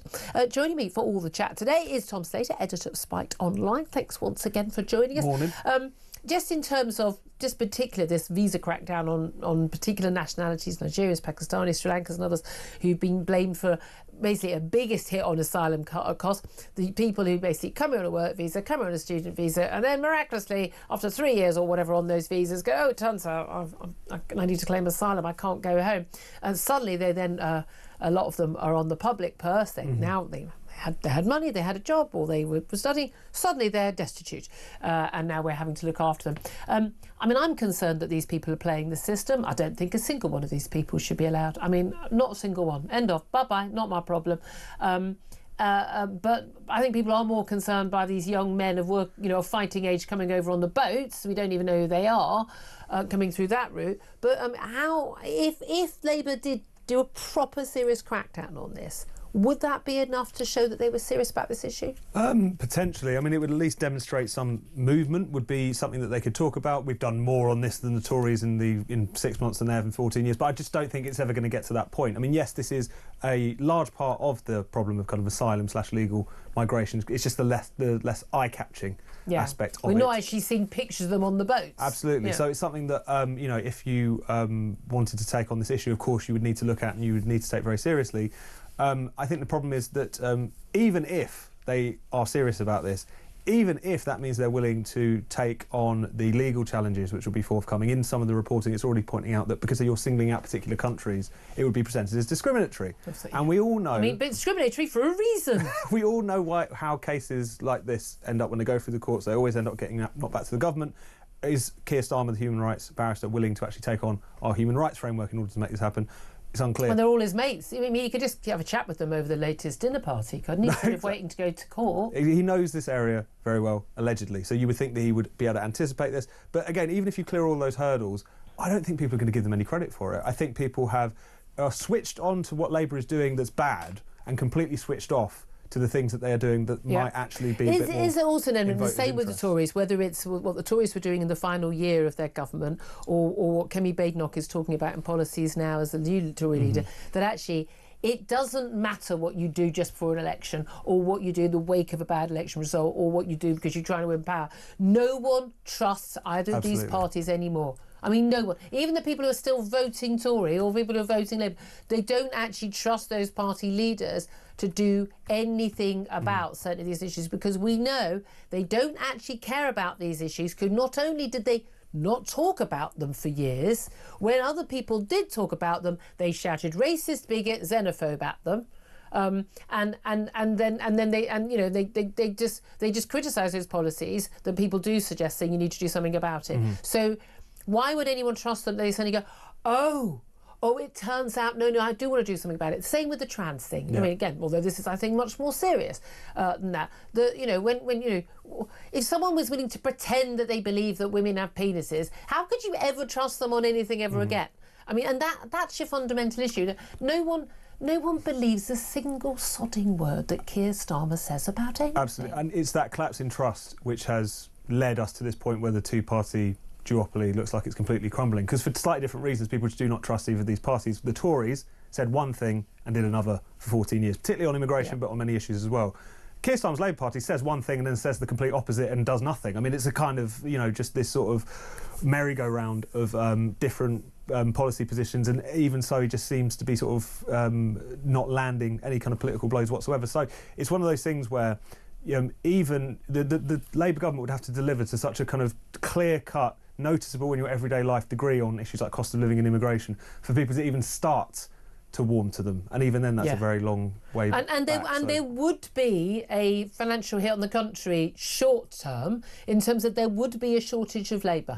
There would be, but you need to have that shortage of labour to focus minds on the needs to get people off welfare particularly young, perfectly able-bodied people who just can't be bothered to work. Oh, I have a bit of anxiety today, so I'm not going to go to work. It's a bit chilly today, it might rain, can't go to work. Sorry, we need to have those people, and yes, and I know you've got a lovely little degree that you spent 50 grand on, which says that you're a graduate, but yeah, you're not actually going to get a graduate level job because you've been sold a horrible lie from Blair onwards, and we need to get you into working. So it's simple as that. But you're not going to get those wages up for them to do it. You're not, unless you haven't got that free, basic supply of unskilled, low-wage labour from abroad. But also, while you've also got the option of being on welfare benefits. Now that ties in, of course, with Labour talking about also, well, we are told from the editor of The Guardian, possibility of a U-turn on the winter fuel allowance. Now, even Wes Streeting, their health secretary, who was doing the media round today, has admitted that there's no doubt at all the winter fuel allowance cut for everybody but those who were on the lowest income pension credit was basically it's Labour's poll tax. It's massively hit them. In all the polling, it shows that is the one policy that's broken through. We'll all witter on, and people who watch and listen to stations like this will be really aware of politics. It's what we do all day. It's what we're all fascinated by with the news. The vast majority of people haven't got a clue what's going on in terms of vast majority of these stories. They haven't heard of any of these people. They don't know about the policies. Winter fuel allowance is the single cut-through policy. So let's talk about this, any sort of, whether they means test it, whether they U-turn it. At the end of the day, the Chancellor H. Reeves came up with this idea, a mad policy in my view, came up with this idea as a way of helping to balance the books. Didn't balance the books. She's got talking about cutting some disability payments. And again, it should be cutting your access to disability payments, not the actual payments to people who need them. But all of this is about balancing the books. She hasn't balanced the books. She's going to have to go much further and faster. But none of these policies are going to be popular with the vast majority of people. And it's that basic lack of political nous which has dogged this government from day one. The thing about something like winter fuel payments, this is something that basically Treasury mandarins have wanted to do for a very long time. They just don't understand it. They think it's obviously not great for the old balance sheet. But the solution was really simple, wasn't it? You just put it on, so it can be taxed. If you're a higher earner, so my parents who are well off pensioners, they're from that generation that did very well, nicely well, but so they'll get taxed on it. So fine. But it's one of those things where, again, if you had any sense to you, as you would come up with a solution like that, or you'd suggest we can't do it in the way that you're prescribing. But again, Rachel Reeves coming in, sort of Treasury orthodoxy is wonderful, let's embrace everything they say, and you end up with a disaster like this. Again, they just don't seem to understand. I think because largely I think they're playing to often sections of the media, or often what they see as a Labour kind of Party media, conference. Labour Party conference to an extent, but also just a kind of general public perception. Labour's problem is that we're not seen as sensible on finances, so we need to overcompensate to such a degree that actually looks quite mean-spirited. We'll overcompensate by cutting money to some of the poorest elderly people in the country, and we think that'll play well. If you want to prove yourself to be fiscally competent, just be fiscally competent. You don't have to engage in these kind of theatrics and these kind of blunt instrument policies in order to get that across the line. But also, if you think back, and again, it's one of those things when people talk about the austerity under the Tory Lib Dem coalition in 2010 to 2015, how unpopular that was. Well, apart from the fact that the Tories got re-elected with a majority in 2015, that's how unpopular it was. British people aren't stupid. I mean, again, look, people like to vote for. Yeah, I want more spent on the 10 things I care about, and I don't want to be taxed anymore. Tax someone over there. Yeah, I mean, everyone's we all want a free pass, don't we? But people get that you need money to pay for things. No, and if there isn't enough money, you're not going to get those things. It does feel like we're probably in a slightly different era now because of the fact that those coalition and then Conservative governments did not deliver the economic gains, that we did not recover from 2008 properly. Then we were hit by COVID, lockdowns, war. The combination of all those things, I think, makes the politics of belt tightening a lot more difficult in this current era. I think you'll find, if you check more closely, that actually it's all the fault of Brexit. No, exactly. Did you not get that memo? A bit more friction at the border has been the problem, rather than the war and pestilence and disease. That's been the issue. Yeah. Shutting down the entire economy for a year and a half, absolutely not the issue. Having to fill out some forms at the EU border, absolutely the issue. I have to say, though, I haven't been away for the weekend. I'm quite happy to queue. Sorry, but it's just like when you see you've got sort of 10 passport officers completely, no one at the gates. Oh yeah, EU through. Yeah, everyone arriving on this plane is British, and we're all queuing up. You just think, really? And we let them through our gates? Yeah. Just saying, it's just bloody mindedness. But I will take the queue. By the way, we always used to have to queue before. By the way, it's a small price for freedom. It is a small price, but it is. Do you have a British passport? Yes, I'm proud of it, I say. And everyone looks at me like, yeah, there you are. Anyway, so the visa crackdown's not going to work. Rethinking winter fuel doesn't work for the Labour Party. What about Kemi Badenoch? What can she do? Is it over for her? And the Spectator's deputy editor, Freddie Gray, seemed to think it was already over. Tory MPs talking about ousting her. They were already talking about her lasting a second set of local elections. They knew these ones would be bad. They came from a high water mark in 2021. They were particularly bad.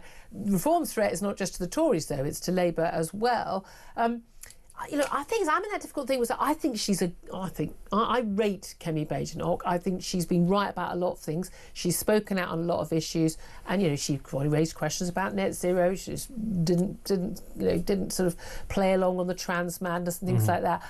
But completely quiet on lockdown. That is a big black mark against her. Like, where were you on lockdown? A lot of people say she's lazy. They say this idea that she thinks she's got a few years before to come up with policies, that she isn't taking the fight to reform. She's too wary of what she seems to be upsetting people in central office in terms of, actually getting people to be motivated in campaign. Is the problem Kemi Badenoch? Is it policies? Is it the fact that no one wants the Tory party back right now after 14 years in power, in which case it doesn't matter if, Jesus Christ himself was leading the Tory party, he wouldn't be voted for? I mean, it is worth remembering just how historic that defeat was last time around. I mean, this was unprecedented in the history of the modern Conservative Party. It was humbling to end all humblings for them. I mean, it was really quite tremendous. So anyone who inherited that kind of poison chalice, it was always going to be difficult. At the same time, I don't think even they were caught slightly unawares by how much Reform could continue to capitalise on their gains at the election and essentially assert themselves in terms of vote share, in terms of the media narrative, as the opposition, even though they've only got a handful of MPs still. That is something that has completely caught the Conservatives unawares, and it has really confronted with them with the clear possibility that the next election they are displaced as the main party on the right of British politics. So this is something which it's not clear to me that any of certainly the candidates who were running last time around could have got any further. I think this is a brand that is really in the doldrums and needs to be brought back up again. But they're just not even getting any political oxygen at the moment. And yes, you can claim that's because they haven't been picking the right issues, they're not going on the attack in the right way, but also because momentum is a hell of a thing. Reform have it. Where in the same way that Boris Johnson managed to kind of keep Reform in its box, those things have completely flipped now in terms of appealing to those Brexity voters. That's just becomes a kind of irresistible force. And Nigel Farage, that whole line, well, if you vote Reform, you'll get Labour. If you vote Reform, you'll get the Conservatives. So, don't vote Reform. Don't do your little protest vote. And when it turned around with Reform, not only winning a load of council seats, but coming second in a huge number as well, taking control of 10 councils. And this idea that actually, in this piece that Nigel Farage wrote at the weekend, basically saying, if you vote Conservative, you will actually get Labour. If you vote Labour, you will get Conservative. If you want vote Reform, you have to vote Reform. I mean, this is going to be a very, very, very powerful message, isn't it? It's interesting also, again, Nigel Farage, again, I'm totally allied with him on this in terms of the net zero madness, and we had Rich Tyson on the show many times as well. Brits overwhelmingly are on board on this now, 6 out of 10 in a new poll suggesting that basically, cutting the cost of living needs to come ahead of net zero drives and eco-friendliness and all that nonsense. Echoing, Tony Blair, now David Blunkett, by all accounts, Ed Miliband's just sacked Dame Mary Archer because she was sort of agreed with Tony Blair. Now, that lot, they aren't going far enough. They're going, oh, well, obviously climate change is a big issue. Obviously, we need to deal with it, but this isn't how we deal with it. No, I don't even think it's something to worry about. I think it's something that we will adapt to and technology will deal with, and we will come up with some cleaner energy at some point. Great, but absolutely we don't sacrifice our cost of living, and certainly we don't sacrifice the ability of the non-industrialised world to actually their ability to industrialise and improve their lives and literally save their lives and prolong their lives by using fossil fuels. But it's interesting how quickly that tide has turned. Those polls for years saying, oh, so the top 3 issues, people really care about the environment. No, they don't want people littering in their street or leaving their bins out. That's not what they mean. But actually, when you tell people this is what it's going to cost you, and it's costing you billions, but we're going to cut the winter fuel for your auntie or your gran, people say, you know what, no thank you. And it's been like this for a long time. I mean, you poll people, do you like the environment, do you want it to be looked after? Of course, most people are going to say yes. You say, OK, would you be willing for your family to have to pay XYZ cost in order to get there. Say, well, of course not. Or no, limit the number of flights you can take. And that's not selfish. The whole point of politics, really, the whole kind of basis of the contract between politicians and the public is that we will make sure that your lives get better, that your kids will be able to live a better life than you have, etc., etc. Environmentalism flipped all that on its head. It was like, sorry, the deal's off because there's this abstract issue that we need to deal with, and actually we're going to impoverish ourselves and it won't make the blindest bit of difference. But not only your kids not going to have a better life than you, you're not going to have a better life than your grandparents. You're going to go back to pre-industrial levels of life. I mean, that's what people don't understand. And this is one thing that Blair, I don't want to say to his credit because it's a bit late in the day, but pointed to. It's also saying explicitly you've got to fly less, you've got to enjoy yourself less. This is really important. I mean, the idea that this kind of hair shirt sort of approach to politics was ever going to last, and I think it was one thing where in slightly better times it was a luxury that Western countries could kind of afford. People can play along to an extent. That's not true anymore. No, absolutely not. And voters are starting to notice how the cost of these things in a way that they haven't done previously. Oh, absolutely. And again, like, well, you're spending money on sending billions over there, but you're putting money on my bills. Absolutely bad. And the numbers people are putting to us, it's a couple of $100 a year. No, it's not. This is going to cost us trillions. It's absolute madness, the whole thing. One thing I haven't got to, and I want to, and again, we were hoping to have actually spoken to Tim Montgomery on the show, who was involved in this. This is Radio 4. Any questions? Sort of a big BBC show, the radio equivalent of the Question Time. It was an extraordinary comment that Lucy Powell, the leader of the House of Commons, made when Tim Montgomery, who's set up Conservative Home, defected to Reform Party some months ago. He said, I don't know if you saw the documentary on Channel 4 about rape gangs. It was on last Wednesday night. And as he said it, he was interrupted by Lucy Powell, and she said, oh, we want to blow that little trumpet now, do we? Oh, yeah, OK, let's get that dog whistle out. Now, you could feel even, and I know the audience is on these programmes because I've done them a lot of time, you could feel the audience go, oh, she's been criticised. Many have said she has now apologised. Oh, don't want people to misinterpret. People are saying she should be sacked from her job for this. Again, I'm not sure everyone needs to be sacked and, ousted from public life saying this, but that was a betrayal of a Labour Party view on this, wasn't it? This idea that when anyone mentions, when we talked about immigration earlier, or the grooming gang scandal was not looked into because of an issue over race and immigration. That's why it wasn't looked into in protecting people and don't want to be called a bigot by saying maybe it's not a good idea we allow white working class girls to be abused en masse by largely Pakistani heritage men in Labour-controlled towns and cities around the country, which is a fair summary of what happened for 20 years and is still happening now. But do you think that she kind of gave the game away into that she's still using this phrase dog whistle? Because to a certain extent, she's just echoing what Keir Starmer has to say when in terms of the Southport tax and things like that actually they do think of these things as just dog whistle issues. No, absolutely. The mask slip there. I don't think there's any other explanation for it, not least because all of the other evidence. I mean, we've got this horrendous dog whistle comment talking about the industrial scale rape of some of the most vulnerable poor and working class girls in society. To call that as a dog whistle, I think is utterly despicable. We of course had Keir Starmer saying that when Robert Jenrick was calling for a national inquiry into grooming gangs, he was jumping on a far right bandwagon. Again, you can qualify these things after the point and say, I was talking about this politician or that. Yeah. People hear the same smear job that they've heard so many times over the years. And then there was that leaked Home Office report, which yes, it was the officials and whatnot, but they said that the grooming gangs is part of a hard right extreme its narrative. So it's one of those things where the fact that they keep having to walk these comments back at least shows that they realise they're on the wrong side of the public. But it is what they think. And this is another thing, particularly for Labour. The places where this took place are Labour areas, councils which were run by Labour up until quite recently, MPs in those seats. And what happened internally, and in terms of the national conversation, where you had many Labour officials and figures suggesting that this was a far-right bandwagon, that this was a dog whistle, and as a consequence of that, they essentially, run interference for all the horrendous failures that happened by a lot of their own people on the ground. They can't continue to talk like that. But also, mentioning a documentary about one of the most serious sort of mass crimes in this country's history.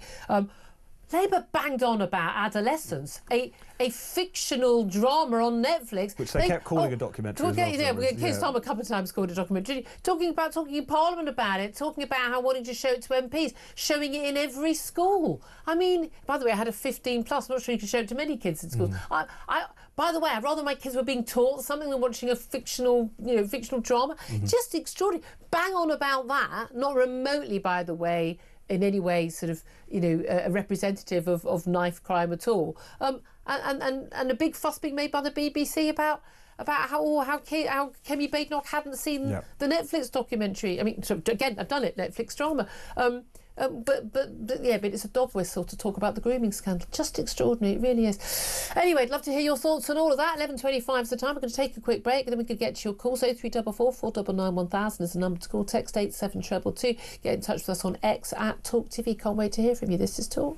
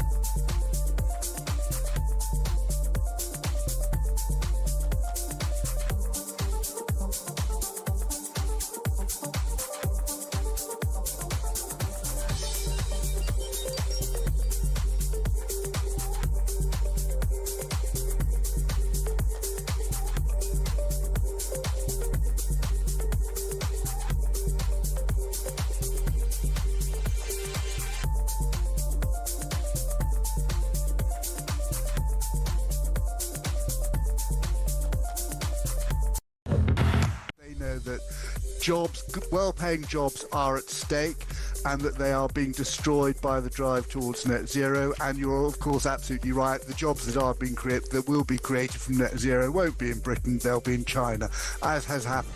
We've seen that with the solar industry. It's a huge Chinese industry now, not a job here from making solar PV panels. It seems to me, around the world, the lure of trying to be sort of morally self-righteous and go hard and fast for net zero is beginning to wane. Across the UK, on DAB+, on your smart speaker, on your smart TV, and on your side. This is Talk. This is Talk, the home of common sense, with me, Julia Hartley-Brewer. Coming up, we're going to be talking to Andrew Fox. Also going to be talking to the leader of the Climate Party, Ed Gemmell. You don't want to miss that about the public basically going, no, we want to worry about the cost of living, not your mad climate fantasies. That's going to be lively. First up, though, let's get to your calls, which will also likely to be lively, looking at some of the people on the line. 0344 499 1000 is the number to call. Lots of texts and tweets coming in as well about Labour. This immigration visa crackdown, and possibly a U-turn on winter fuel allowance in the wake of those disastrous local election results for both Labour and the Tories. What's your reaction? Will that be enough to win back votes? Bob says, so they don't actually want a visa clampdown, it's just so they don't lose votes. I mean, yeah, Bob, fair summary. John says, too little, too late. Does he not understand? We can see what he's done, what he's doing, and who for. Need I say more, he says. Michelle says, nothing will bring votes back. Labour has caused catastrophic damage to this country. They're disgraceful. And Callum says, it's not considering a U-turn. Their stance is the same. Let's go to Steve, who's on the line in Kent. Hello, Steve. Hello. Hello, what do you want to say? Basically, I just want to say that both Labour and Tory party are afflicted by the same problems. Which part of them do you get? You vote Labour. Are you voting Union Labour, Green, Net Zero Labour, LGBTQ Labour, minority ethnics Labour? They can't make a policy that fits their own vote base, let alone one that fits the rest of the country. Yeah. And then the Tories are afflicted with the same issue. Yeah. They Some of them want Brexit, some of them didn't want Brexit. The ones that wanted it were the figureheads who were held back by the backroom people. Yeah. Nobody trusts whoever's in charge. But that said, we're often told, but these are the Conservatives in particular. It's a broad tent, but there comes a point when it's like a canvas marquee the whole way down the mall, and actually the people at one end and the people at the other end completely disagree on everything. Well, that's right. I mean, I'm a small business owner. So was my father. I've been Tory boy my entire life. And I'm absolutely disgusted with the betrayal over Brexit. So I personally could never vote Tory again. And I'm sure there are an awful lot of Tory voters who are When you said the betrayal over Brexit, what do you mean? Well, I mean, they got the mandate when UKIP stood down and gave them a clear majority to do the job properly. And I feel it's been done in name only. They've not taken advantage of anything. They don't really believe in it? No, absolutely not. They've squandered a fabulous opportunity to make Britain great and reform. On the other hand, are singing one song. All the other parties are singing multiples of songs in some kind of barbershop harmony that doesn't rhyme. Steve, thank you very much indeed. Great analogy, to be stolen by a columnist soon. Steve, thank you for that. Really appreciate that. Georgina's on the line. She's in London. Very good morning to you, Georgina. Good morning, you little ray of sunshine, you. I've been listening to everyone talking and everything going on. Do you know, Julia, I've actually lost the will to live. So is that just our show? No, darling, it's everything that's going on in the world at the moment. I mean, I don't know that Keir Starmer actually realises that he's only in office because there was no other option, and the electorate were desperate to rid themselves of the Conservatives. He definitely doesn't get it. He's betrayed and lost the trust of the British electorate. Starmer has shown himself to be totally incompetent on every level, not knowing what a woman was a corker for me. Even when problems are pointed out, spelled out, showed to him by the voting public, he carries on full steam ahead with his exceedingly unpopular policies. Where is the mentality in that? He takes no accountability for his actions. He just buries his head in the sand, hoping it's all going to go away. And it won't. Yeah. We need a Prime Minister, Julia, who has the courage of his convictions to say it, stand by it, and then go forth and do it. It doesn't seem so much to ask, does it? It just doesn't.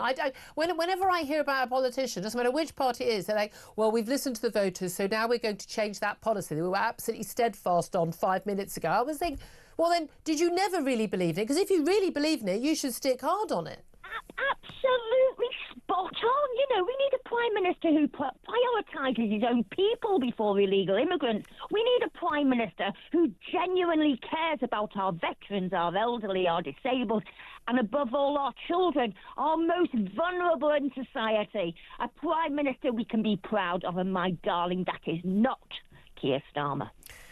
I don't think she's going to be on Keir Starmer's Christmas card list. Georgina, thank you for that. Always lovely to talk to you. Thomas, these are all very, very valid points. Is there anybody working in Number 10 or in Tory Central Office who is telling these party leaders these things? Because I do wonder. I mean, because that's one of the things about Keir Starmer. It's not only incompetent policies a lot of the time. Oh, we'll pay off the unions here, but we'll take money from poor pensioners here. Like they're not even appealing to their own party members and party voters. But their handling of things PR-wise, you mentioned the free gear Keir and all of that stuff, plus the two-tier stuff and accusing basically everyone of being far right who's concerned about the Southport rights. They get things, even the most basic stuff, really wrong. No, exactly, and it's hilarious because they were packaging themselves, weren't they, as we are the grown-ups coming back into the room, we are the kind of the heirs to Blair. I mean, say what you will about Tony Blair, he at least could communicate a line very, very well. I mean, this is one of his great strengths. Keir Starmer, I mean, I doze off when he starts speaking. I mean, I always say I have to tape. If he's only got a big set speech or press conference, I always have to put on the Sky Plus box so I can watch it back, because 3 minutes in, I'm watching it, I think I'm listening to it, just goes in and goes out again. It just melts on, contact with your eardrums. It's amazing because everything is so wispy, meaningless, sound-bitten, cliche-ridden. And it's because there's no politics, there's no substance. He doesn't really believe in very much. So aside from anything else, just even being able to craft a message. I mean, the last time he tried to craft a message, he went on that bizarre ramble about how he's got these milestones which he's going to meet, and they're on top of the pillars which are on top of the...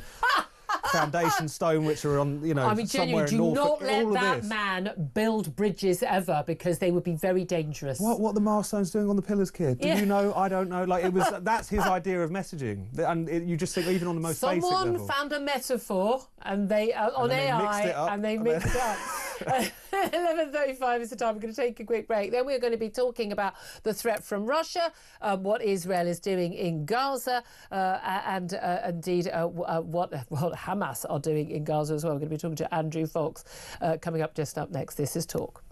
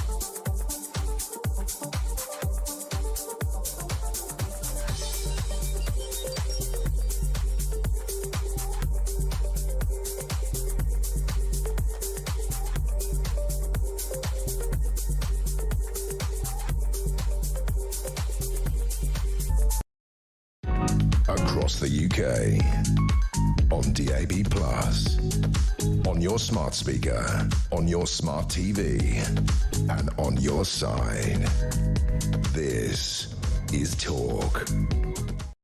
This is Talk, the Home of Common Sense. For me, Julia Hartley-Brewer. 11:37 is the time. Delighted to welcome Andrew Fox to the show, Defence expert and research fellow at the Henry Jackson Society. Very good morning to you, Andrew. Hi, Julia. Thanks for joining us. Bit of a worrying front page of the one of the papers today, Telegraph, about the threat from Russia and the idea that the government has been basically basically reviewing the threat, their contingency plans for an attack from Russia. It's 20 years old, and they're going to get that up to date. First of all, is there a massive threat from Russia in terms of to our nation state as opposed to our allies and our interests? And B, why on earth is that plan still sitting there 20 years old and no one's updated it yet? Well, we've taken our eye off the ball on Russia for decades, clearly. After 9/11, we were absolutely absorbed into conflicts in the Middle East and Afghanistan. We reformatted basically the entire British Army to fight those conflicts. That then was followed by significant budget cuts, and the army hasn't, particularly the army hasn't really recovered from that period of fighting wars of choice in dusty foreign lands. So there's obviously a huge awakening with the Russian invasion of Ukraine and everything that's gone on there. We've seen huge evolutions on the battlefield with the use of drones and the way that artillery and various other assets have been used. People believe that tank battles were a thing of the past, and all of a sudden we're seeing heavy metal fighting in Ukraine. So there's been a very swift change in that paradigm almost, and the MOD is phenomenally slow. It's the traditional turning an oil tanker. So this stuff does take time, unfortunately, and it's something we've been sleeping on. And when it comes to a direct Russian threat to the UK, not specifically right now, they're not going to be pouring Russian troops over the channel. But the way Russia fights is cleverer than that, and the way they always start. And we've got great examples of how they do this from Georgia, from Ukraine in previous conflicts, from Transnistria, is how they start with subversive activities. They start with sabotage, with undercover attacks, with significant cyber and information operations, and that progresses to what was called the Little Green Men strategy, where they eventually start sending troops over the border under a false flag or under the guise of civilian mercenaries. And only then, as we saw in Ukraine just years ago, is that escalation to an actual military invasion. And this is what the Baltic states are so fearful of course. And that was my exact next point, is that it's not the threat to the UK that's the issue, it's the threat to the Baltics and the Balkans as well, of course, with their strong connections to Serbia. Bosnia still is a country under tension with the various ethnicities they've got there. There's plenty of flashpoints around that Western Russian flank. Yep. And we're allied with those countries, so if they go to war, they're in NATO, and that means that we're at war as well. Yeah, and again, reality check, everybody, or are we just not going to actually honour any of our international treaty agreements? Again, we do actually have a treaty which we've honoured to protect the sovereign nation state of Ukraine, which apparently lots of people have conveniently forgotten. Again, I don't think anyone's expecting Russia to be attacking us, as you say, rolling the tanks in on the boats across the channel. But we know we've been under attack. I mean, goodness me, we've had this, terror attacks, with poisons, on British streets on a number of occasions, blatant open attacks. Those would be considered acts of war by many other nation states. And of course, the cyber stuff and an awful lot of the stuff that's going on online are definitely behind. Now, the other threat that we've known about for quite some time, and particularly in the news over the weekend, was this Iranian threat and the arrest of 5 suspects, one now believed to have been very close, very well connected to the Iranian regime. We're talking about an attack on a specific site. We don't have any more information about who these men are and what the site was. What do you suspect this sort of plot would have been involving, though? I mean, from everything we've read, it sounds like an attack on some kind of major event. And of course, the short notice we're talking about, the VE Day celebrations, would have been the obvious high-profile target. And if you look at the images that have been released from the raids, you can clearly see military patterned uniforms, which means either the SAS or SBS were involved. They're usually only called out when it is an imminent threat. Counter-terrorism police firearms officers are normally more than able to cope with these threats in kind of a more slow-paced environment. If special forces are getting pushed out, that means there was something imminent on the horizon. So the best guess would be some kind of VE Day event, if not the main event in London. Which would have been an extraordinary sort of coup in terms of that for Iran. Now, but again, Iran are facing a very questionable future after the incredible ability of Israel to break down a lot of their ability to attack Israel and perpetrate sort of terror attacks around the Middle East. Again, talk about even the Americans getting involved with not an attack, not invasion of Iran, but certainly depleting their nuclear ability or capability in the future. One would be, on one level, surprised that the Iranians would risk such a terror attack if there were links to the Revolutionary Guard in Iran. Yeah, well, it's about deniability, and that's the issue here. Is it's not a clearly uniformed, obvious state threat. Someone who is connected to the Iranian regime is still nevertheless deniable. They can accuse them of being a rogue actor or whatever. And also, you've got to think about the audience they're playing to as well, because there's a lot of unrest in Iran. They're clearly weakened from the last 20 months of operations where their proxy strategy, their ring of fire around Israel has failed. So it would make sense that they would try and strike a blow, especially in the context of the talks they're having with the Americans at the moment and the very obvious military threat they're under of reprisal strikes. Well, indeed. Well, in terms of reprisal strikes, let's talk about Israel. Again, that extraordinary attack on the Hezbollah's ability, funded by the Iranian regime to attack in Israel. But the agreement by the Israel Security Cabinet to a plan to expand their military offensive against Hamas, calling up reservists en masse and basically heading into more parts of Gaza and effectively displacing 2 million people, Palestinians there, and to all intents and purposes holding the territory once again. Now, of course, they withdrew from the territory back in 2005. Go, off you go, fill your boots, have your Palestinian territory. Didn't work out so well for either the Palestinian people or indeed certainly the people of Israel hurt in that horrific massacre on October the 7th. There's, the usual suspects in uproar about this, but this is pretty much what any nation state would do who suffered an attack as they did on October the 7th, inability to oust Hamas in any other way. They cannot leave Hamas in power in the Gaza Strip, can they? It's a really tricky one. The plan they've announced was pretty much yesterday to fully reoccupy the Gaza Strip. They've been trailing it since February. I was over there in February, and IDF officers were openly talking about the fact that this was something that was on the cards.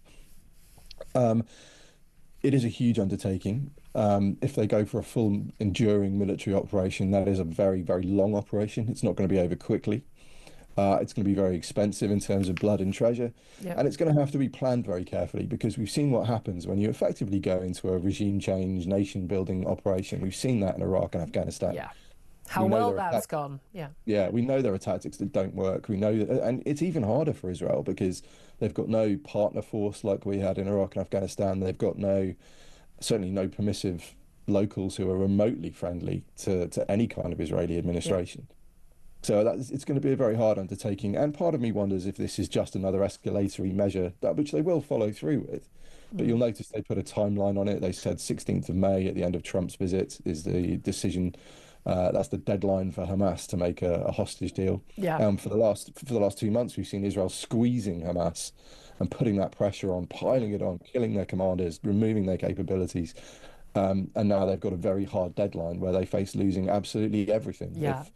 If Israel roll in. So we might well see Hamas lean towards making a deal. We might, yeah. We've still got a couple of dozen Israeli hostages believed to still be alive. Andrew Fox, really appreciate you joining us. Thank you very much. Just a quick word from Tom Slater, just on Israel, IDF and this proposed plan. No, as ever, it's hard to kind of determine what this is signalling as part of a kind of broader negotiation. How much of this is also signalling to the kind of right of the coalition in the government in order to kind of keep those people on board. It's still a very fragile government in so many respects, or is this a kind of opening gambit, as Andrew was saying there, about trying to get these negotiations back on track?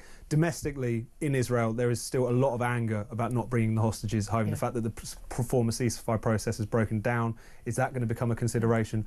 As ever, we've got to kind of work out the signal from the noise, but it's very early days when it comes to something like this. Absolutely. Well, again, I would have thought protecting from future attacks has got to be the number one issue. But, the hostage issues, no man or woman left behind is such a key issue for Israel, isn't it? Love to hear your thoughts on this and all the things we're talking about. 0344 499 1000. Up next, going to take a quick break. Then we're going to be hearing from the leader of the Climate Party, Ed Gemmell. Is the whole push for net zero finally over? 6 out of 10 voters say, nah. This is Talk, the home of common sense.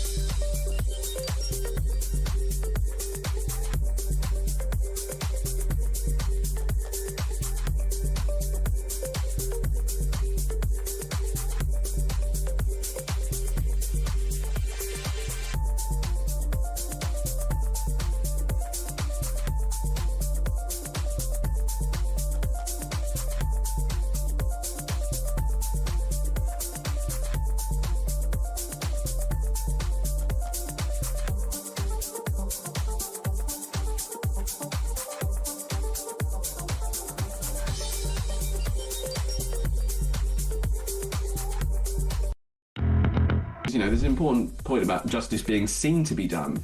And I think the major problem we have with the integration tribunals at the moment is that justice is rarely seen to be done. We see all these crazy-looking decisions coming out of the tribunal, and anyone who wants to understand them has to read through a 40-page case decision. It shouldn't be this complicated. We have spent the last sort of 4 or 5 decades wrapping this issue up, issues around asylum and immigration, in lots and lots of really complicated law.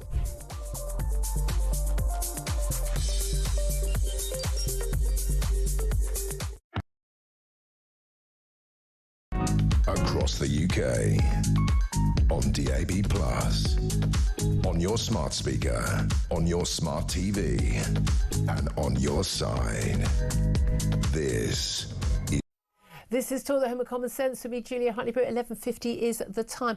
Well, a new poll, it's in the Sun newspaper, shows that the Prime Minister's climate change drive, spearheaded by the one and only Ed Miliband, is basically not very popular with voters. I know, I'm as surprised as you are. 6 out of 10 voters, according to a new poll, say, we don't think you should be prioritising tackling net zero over and above tackling the cost of living. Of course, we all know that tackling climate change and net zero policies are what costing people money, not helping them get more money in their bank accounts, in their wallets.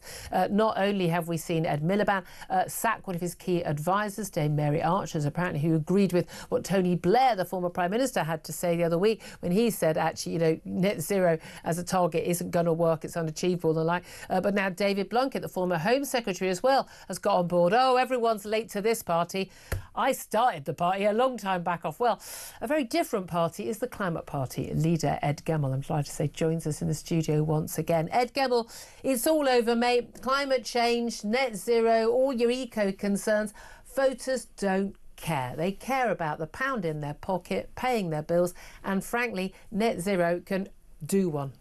I mean, total load of tosh. I mean, you get with Tony Blair and all these others, they're drinking that reformulated Kool-Aid. I mean, and absolutely, they've taken it hook, line and sinker. It's rubbish. I mean, the survey, to be honest, if you go out and say to somebody, do you want me to deal with your house price and your cost of living, or do you want me to deal with anything else? They'll always say, deal with the things that cost me first. And if it had been comparison with investing in art, investing in the roads, investing in anything else, they'd still have said, deal with my cost of living problem first and we'll deal with the other things later. So it's not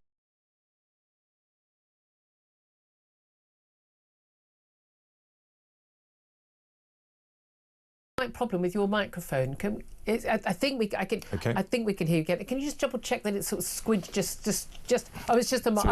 Okay, right. Probably I didn't want to interrupt you. I'm sorry. I just got a sort of note to my carry on. Should I be repeating? No, you're fine. You're fine. Right. Okay, that's fine. And then coming on, the biggest way to beat the cost of living crisis, of course, is to build the economy. We've got to go out there, grow the green economy, revolution, and get money. all those jobs, 500,000. We were told by all the eco fanatics. 500,000 maybe projections for the future, but we've already got them in the economy already. I mean, those people working fossil fuels. And look, we've seen that figure recently that's been banded around. It makes me laugh every time I read it. About £4 billion is the cost of us to do this during this year. God, wow, what a lot of money. And yet it's not £4 billion. That's the point. This is an absolute load of I'm trying to think of a polite word, nonsense. Well, that was in the newspapers today. It's in the newspapers. It must be true. I mean, if we read it on the BBC, then 100% to be true. Let's get BBC Verify onto this. The point is, these policies were all signed up to without any proper scrutiny by the public, by MPs, even by the Treasury. They didn't do a cost-benefit analysis. Where did we hear that before? Lockdown. Oh, yeah, that worked out so well, didn't it? About, the trillion. They reckoned it was £1 trillion by 2050. In fact, it would dwarf that if we actually were able to achieve it. We're not. You know as well as I do that the British public happy to play along when things are OK. Things are not OK. When you are worrying about putting food on the table, paying your heating bill, paying your rent, paying your mortgage, and paying to run your car, and then you've got a government that is sending off billions to the third world to help pay for their issues, is paying for wind turbines. We've got Spain and Portugal, because of renewable policy, basically having a 24-hour blackout. Fine for them. It was in spring. It was it started in daylight hours. What if that happened to us in the middle of November or January on a cold winter's night? Come on. You jumped on the... People are simply not... No, the whole point is, all of these policies, people are not willing to play along with the madness anymore. Because they weren't signed up to it in the first place, and they're not willing to play along with it any longer. But people have got to see through all the stuff that comes, both in the media and in politics, which is shading and shrouding the issue. The issue is that net zero is making us a hell of a lot of money. I mean, 83 billion is the net zero economy last year, based on the CBI figures. Oh, bless and you. it grew at 9%, whereas our own economy grew at under 1%. It makes us money. What do you economy. that the economy grew, opportunity. But Julia, one second. What do you mean? What are you contrasting? So in other words, those jobs within sustainability and everything else, and all the supply lines that go into them, are making vast amounts of money. And if you want to beat a cost of living crisis, one of those things you want, of course, is a better paying job. Those better paying jobs are getting 15% more on average than jobs in the UK. People working as net zero officers in the NHS. Brilliant. No. The jobs are in China, mate. They're using coal-fired factories to make all of the wind turbines and all of the solar panels that are now ruining our countryside and costing us twice as much in electricity. So we should make them here. Because we have to have the backup of nuclear and gas. So we should make them here. We should do it here, not do it in China. Why can't we do it here? Why? You know why we can't. Because we've offshored it for 50, 60 years. Why have we offshored it? Because the energy costs are so high. That's the reason why. The energy cost, that was just debunked on another TV station, actually, recently. But right in front of Kemi Badenoch, and she was actually showing why our energy prices are so high. They're high because of the cost of gas. And before you give it to me, let me go into one. Let's go into this North Sea oil and gas thing, which often comes up actually when I've talked to you before. You know, North Sea oil and gas, if we go and drill more for there, it isn't going to make anything cheaper in this country. Why? Because if I was drilling or you were drilling in the North Sea, we're not going to sell it cheap to Britain. We're going to want to get the best price we can, which means it's going to be based on international prices, and we're going to sell it where we can get the money back. However, okay, A, you can tax it, and B, as we saw with America, people say, well, it won't make any difference. This is what Ed Miliband was saying. It won't make any difference to the cost of international prices because it's a global price. And yet, isn't it funny how we have higher prices here than America does, which fracks and drills for oil and drills for gas, drill, baby, drill. Why would we have a policy where we have to rely on unreliable renewables, not drilling for oil and gas in the North Sea, not fracking for the gas underneath our own feet, but at the same time saying, oh, but when we don't have enough wind and we don't have enough sun, what we're going to do is we're going to take electricity from Norway. What does Norway do? They drill for oil and gas in the North Sea. Right. But hang on, we know that the pricing is actually based on the price of gas. Now, we could break that. We could decide. So government could decide, as you say, with regulation, with policy, with tariffs, with tax, it could decide to break that, and subsidies. And what it could do is say, when all those renewables are coming out at a much cheaper price, let's have them at that price, and let's pay that there, and but then they're not the gas. Cheaper, they're all subsidised. You know they're subsidised. Plus the small matter of when the wind doesn't blow and the sun doesn't shine, we still need to have energy, or we're all just going to agree that we can't put the kettle on a cold winter's night in December. But because we accept that we don't want to have blackouts, we have to have the backup. If you have a backup, you're basically having double the cost of energy. But what we should have been doing for the last 30 or 40 years, of course, is doing tidal power. We could be doing 20 gigawatts, 60% of our power at peak from tidal power. And we haven't been doing it. Okay, and if we'd had when that Ukraine war came, we'd have been making a load of money exporting all the energy rather than importing it. That's great. Coulda, woulda, shoulda. Well, we haven't. At the end of the day, we should start now. Look, I'm quite happy for us to have sustainable renewables that work, but they have to work, and they have to work enough of the time and all of the time. But at the end of the day, the policies that the Climate Party pushes, that the Green Party pushes, that Labour, a lot of the Tory Party and others, an awful lot of these policies, they are not based on the reality that there is no economy in the world and no economy in the history of the world that can actually see growth and see improvements for their people unless they have cheap, affordable, reliable, sustainable energy. There is growth in the world. McKinsey's projection is 12 trillion in the net zero and sustainability economy in 2030. It's a Ponzi scheme, it's vast. It's not a Ponzi scheme. It's happening through everything: building, transport, vehicles, well, if you put into law that you can't do anything without doing all the eco stuff, and everyone has to sign up and have a net zero officer, then we can create those jobs. They're not manufacturing jobs, and they're not going to keep the lights on. But what they do is they bring prices down, number one. They make it easier for people, and they make profits and create jobs. Even Ed Miliband, who promised our energy bills would go down by £300 but he can't a year. promise it unless we break the connection. Even he now says they won't go down. They've gone up by £300 a year. But we have to break the connection to gas. It requires policy change. That's not the only solution. It's the number one change. Gas, the price of gas is by far the biggest part of our energy costs at the moment. Break that, costs will come down, and then we can also see your electricity, but we still need gas and other fossil fuels for 80% of our energy needs. But that's while we're innovating. You know, steel. We need to start using H2 hydrogen in steel. We're not going to hit net zero targets, whether they're 2030 or 2050. Which will cost us. Come back on again. Time is against us. This is Talk. We're the home of common sense.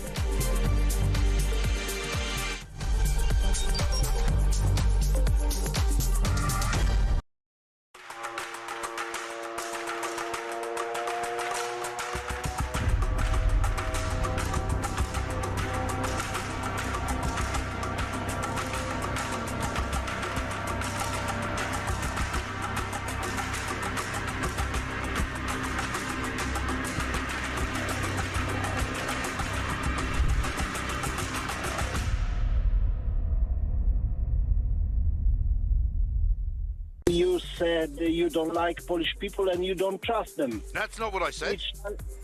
Yes, that's what you said. No. You must have misheard me. I like Polish people a lot. Christ me, I never heard of this from you. I've heard this on the radio. Okay. Well, I'll tell you what. You want to have a listen? Have a listen to what I said. Okay. Listen to this. Yes. I don't like Poles. I wasn't talking about Polish people. Yes. I was talking about polls. You know, when you do a poll to find out what people think. You know, like they say, 55% of people vote Remain, 45% vote Leave. That's a poll. I wasn't talking about. But later on you said you don't trust them, so you don't. I don't trust them. No, that's true. I don't trust polls, and I don't like polls because I don't trust them. But that's not Polish people.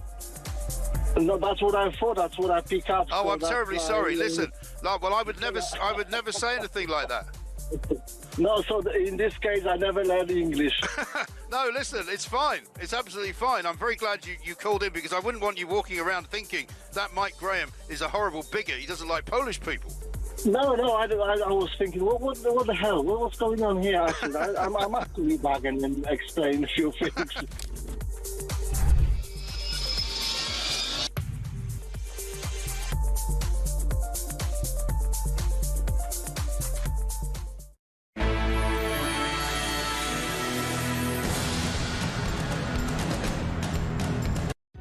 Across the UK, on DAB+, on your smart speaker, on your smart TV, and on your side.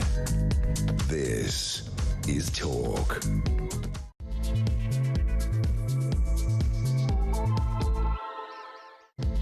Very good afternoon to you. This is Talk, the home of common sense with me, Julia Hartley-Brewer. Whether you're listening on DAB+ radio or on your smart speaker, watching on YouTube or your connected device, great to have your company. Great to also have the company still of Tom Slater, editor of Spiked Online, who's with us in the studio. Was just there with a conversation with Ed Gemmell of the Climate Party. Going to get your reaction. I know you wanted to come in on that.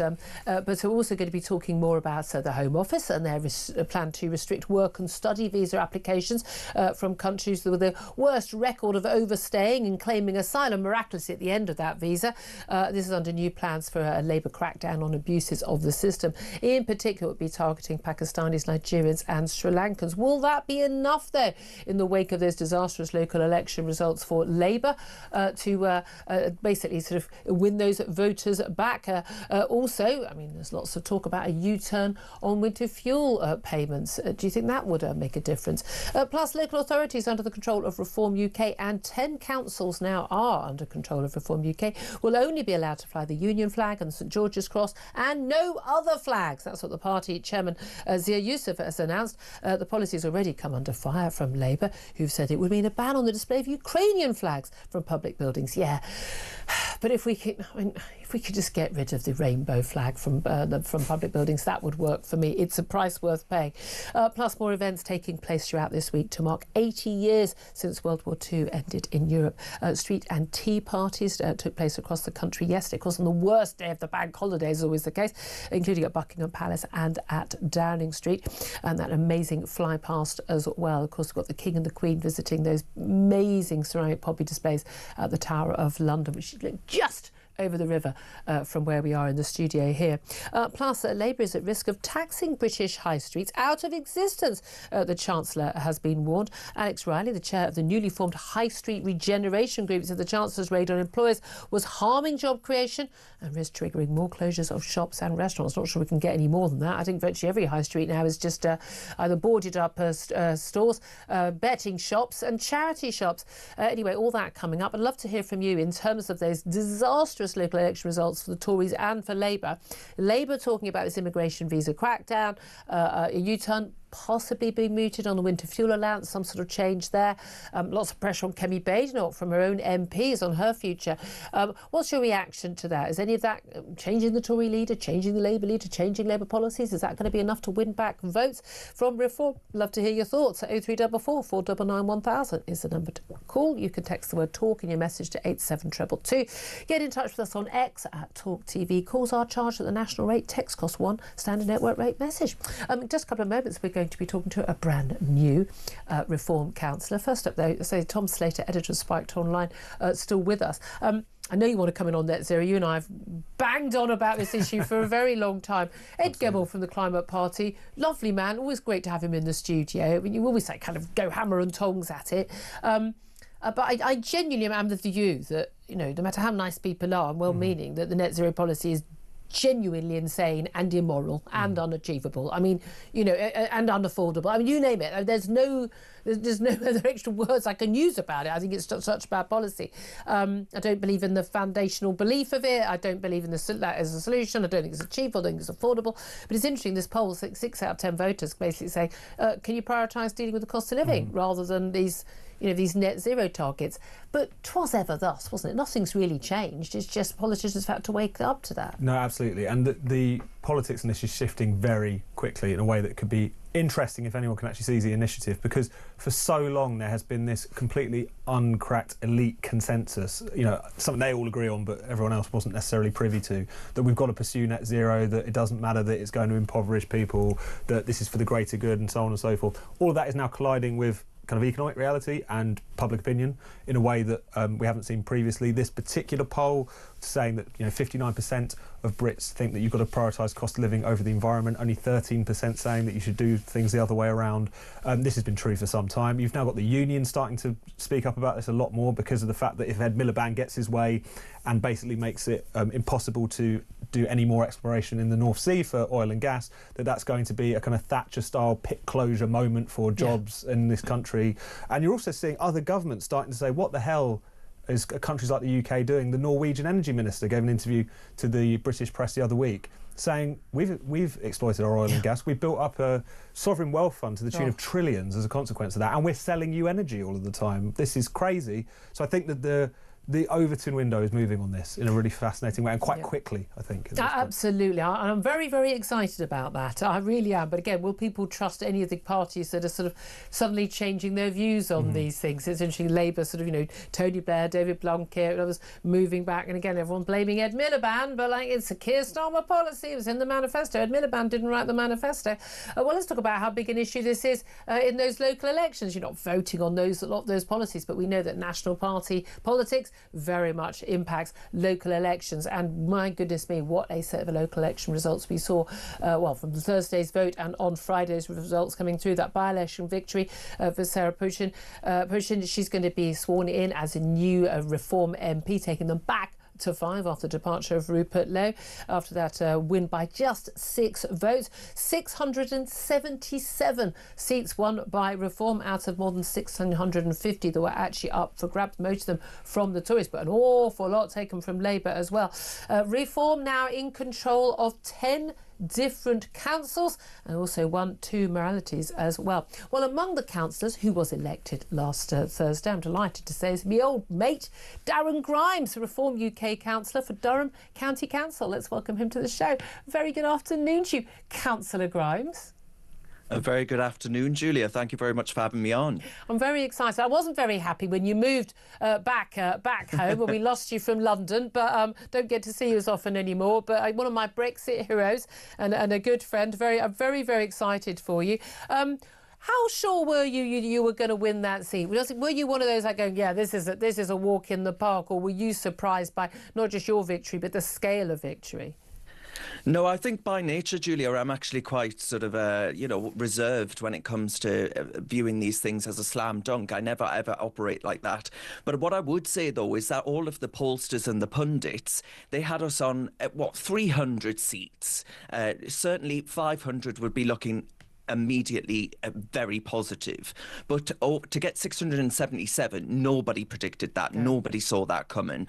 And I think actually, Julia, it goes to the very heart of all the issues that you've just been mentioning there. I mean, you touched on the fact that net zero isn't really a local election issue.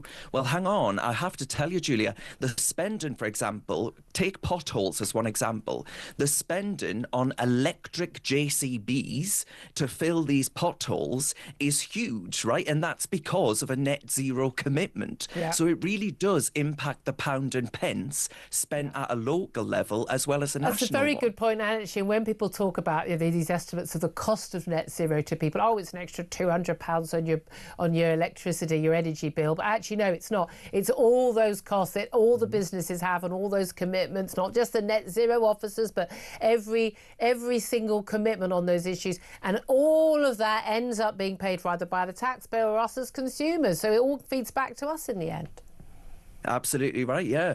And the other issues, the visa crackdowns and all these other things, well, for local government, that's been having a real impact, actually, on the allocation of houses and resources. Because don't forget that as soon as you accept one of these, when one is forced upon you, that actually you've got to pay for everything from translation costs to the education of the children. Yeah. So the cost to the taxpayer is always massive. Local elections really do matter, and I think people really understood that in this election. Well, let's talk about some of those key issues that where reform has been doing well. I'll start with the immigration issue. There are two separate ones. One is the illegal migrants coming across the channel, and we had these interviews over the weekend with senior figures in reform, basically saying, look, we're basically going to play the game that Republicans have played in America, which is like, we're going to ship out, the Democrats basically saying, oh, we're in favour of all these migrants coming over from Mexico. Well, okay, you can have them then. Send them to Martha's Vineyard and the playgrounds of the lefty rich.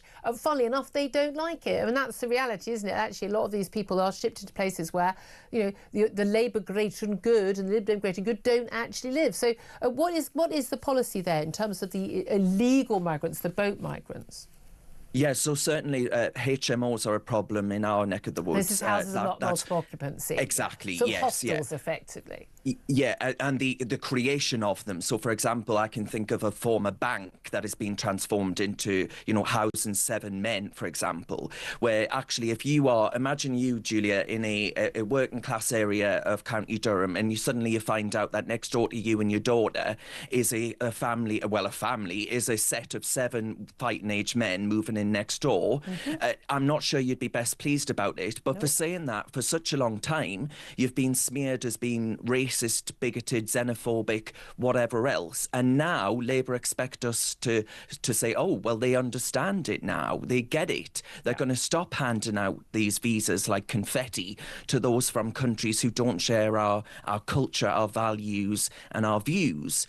But I'm not convinced, actually, that the Labour government won't continue to use its statutory powers to actually force us to take in these people. So what we will do is use every single instrument in our power to delay, obfuscate, to actually go around saying no to doing this. And you know what? If the party was to bus people down to number 10 Downing Street, I'd personally cheer them on and wave them off. So be it. And that's the reality. I've always said if we had the Channel migrants, these undocumented men of fighting age turning up from Somalia, Afghanistan, goodness knows where, we don't know. They throw away their documentation.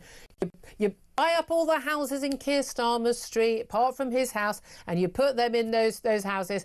I think he'd change his tune very, very quickly, and that's the reality. And then you can shout bigot and racist and xenophobe at as many people as you want. People don't want it; they don't like it, quite understandably. But that's obviously different from the people who have arrived here legally on visa and study visas, who then miraculously, the visa finishes after 2 years, 3 years. They go, oh, turns out I need political asylum now. I can't go home. Should any of those people be staying in the country? Well, I mean, we've got the absurdity now. You've been covering it this morning, where actually the US might be sending people to Rwanda paid for by the British taxpayer.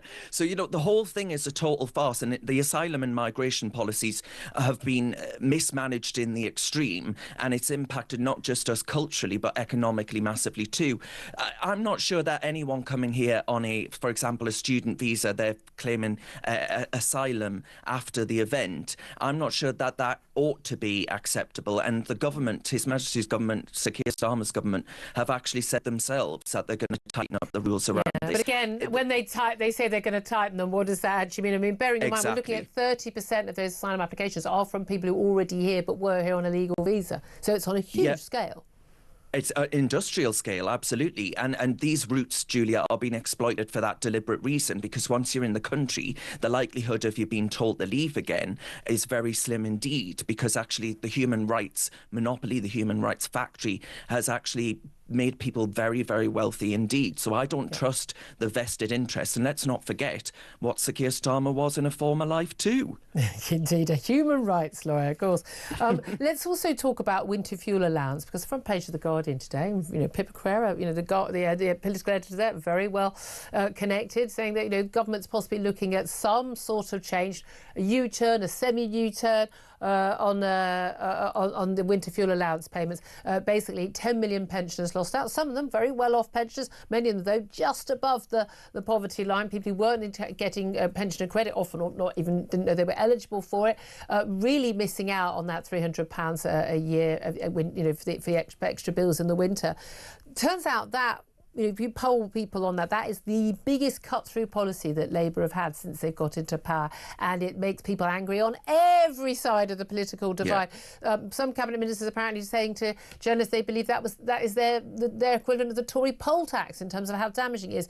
Do you think any sort of reset of that, any version of a U-turn, means testing it, whatever they did, do you think anything that Labour could do on that would actually undo the damage that policy has done? No, I'm not convinced that it would actually, Julia, because I think the optic has already set in. I mean, for example, yesterday watching the Prime Minister sat alongside veterans who had served in World War II for 80 years on from VE Day, actually looking at him being sat with them whilst acknowledging that this is the Prime Minister that has stripped them of their winter fuel payments, people that served our country and reclaimed its freedom or protected its freedom. It didn't sit well with me whatsoever. So this big brain idea actually to cut winter fuel payments to look good from an economic standpoint, well, actually no, all you did was say we're happy to spend £4 to £5 billion on asylum for those who've come here illegally, but those who've worked all their lives, chucking taxpayer cash at bogus asylum claims and all the other things we've already mentioned.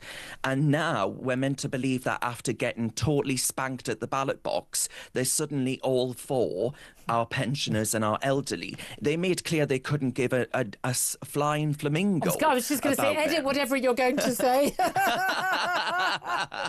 For goodness sake. So people just aren't going to trust them, you say. I mean, look, no. Among the councils where reform has now taken control is Durham, where you are now a councillor. You've got Derbyshire, Kent, Lancashire, Lincolnshire, Nottinghamshire, Staffordshire. Others, wrested from, from control of the party to no overall control. But in Durham, are you going to be following that policy announced by Zia Youssef, your party chair, that no flags are going to be flown on any council building unless it's the Union flag or it's the St George's cross, and that's it, danada, nothing else? So, look, the things like the regimental flags, right, when we celebrate the Durham Light Infantry, for example, a regiment that's very, very well respected in this part of the world. My grandfather served in the DLI. I would very much be willing to see their flag fly, our county flag, seeing that fly. But what we're talking about here is a political party that finally says that actually councils ought to be flying the flag of our country or our county, not every single activist cause under the sun. You'd think that asking for the Union Jack to actually fly over town halls instead of a flag which I think has become more associated, that rainbow-coloured one, with the mutilation of children, frankly, yep. Julia, and an ideology that I think has ruined the lives of scores of kids. Reform's plan is actually just about common sense, but instead you get decried with fascism or howls of whatever else. But I actually think that we're on the side of the Brits here, who want to see their institutions that they pay for not turned into progressive propaganda machines. Yeah, and with divisive, the whole point of flags is they're supposed to unite us rather than divide us. And again, certainly the rainbow flag I used to think was a flag that was a lovely flag about gay pride, but the one that used now is trans, it's Black Lives Matter. parties has got everything. It's a blatantly racist and misogynistic flag, in my view. I don't want to see it at all. Can I ask you about, in terms of the threat that reform poses? We were talking earlier in the show about, the game-changer results there. It wasn't a majority of council seats in this country. It was only one set of elections. But lots of people were saying how, Nigel Farage made a mistake not downplaying some expectations, as a lot of other parties do ahead of these sort of results, when in fact he massively exceeded them. He would have liked a few more mayoralties, but he got the Runcorn by-election by 6 votes, the narrowest possible of margins, other than 1 vote. But in terms of the threat that reform now poses to the other major parties, Labour are sort of second-guessing themselves right now. Tories are second-guessing. There are question marks about Kemi Badenoch's leadership. Already she's not even been in the job for a year. Do you think that the threat from reform to the main party system is going to be such that they're going to face the same problem that other parties, called hard right or far right, across Europe has felt? The National Rally, Marine Le Pen's party. I know very different parties from reform, but some often talking about policies like anti-net zero and anti-mass immigration. But National Rally and Marine Le Pen being currently banned from standing for the next French presidency, even though she's the odds-on favourite to win it. The AfD, Alternative for Deutschland, over the weekend designated an extremist organisation, even though, of course, huge success in recent parliamentary elections. And we've seen basically the Tories and the Labour leaders equivalent in Germany ganging together to kind of agree, although the first vote has not gone well, for Friedrich Merz to take over as Chancellor, to basically keep the AfD out. Do you think that the Tories and the Labour, rather than cozying up to reform to win votes, are actually more likely to work together to keep you guys out?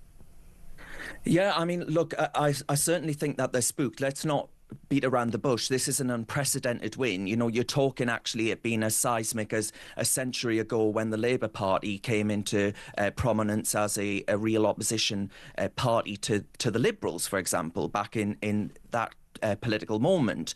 But the knives are obviously out, as you've rightly identified, but it's not for the wet Blairites running the show or whatever else.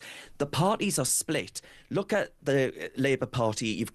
It's split between those who want a form of religious sectarianism in Britain, who do care about net zero and all these other things, and then it's split between wet Blairites who are coming round to the Tony Blair side of the argument that says net zero is mad and that actually mass migration hasn't worked for us.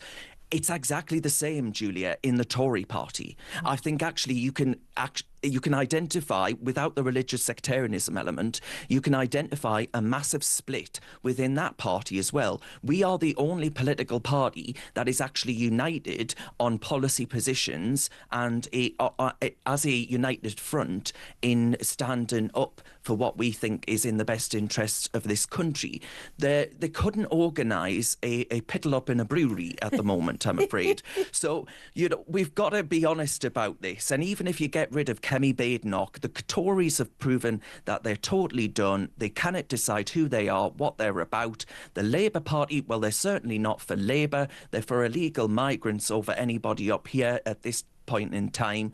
So I'm disinterested, if I'm brutally honest with you. I don't see them as threats. I see them actually as has-beens. I see them as those who spent 14 years, admittedly the Labour's had 10 months in government already, but what have they shown us? Well, they promised us change. That change has meant mass migration, it's meant net zero on steroids, it's meant stripping pensioners of their winter fuel payments, farmers, family farms being put up for sale because of this inheritance tax that they're now facing.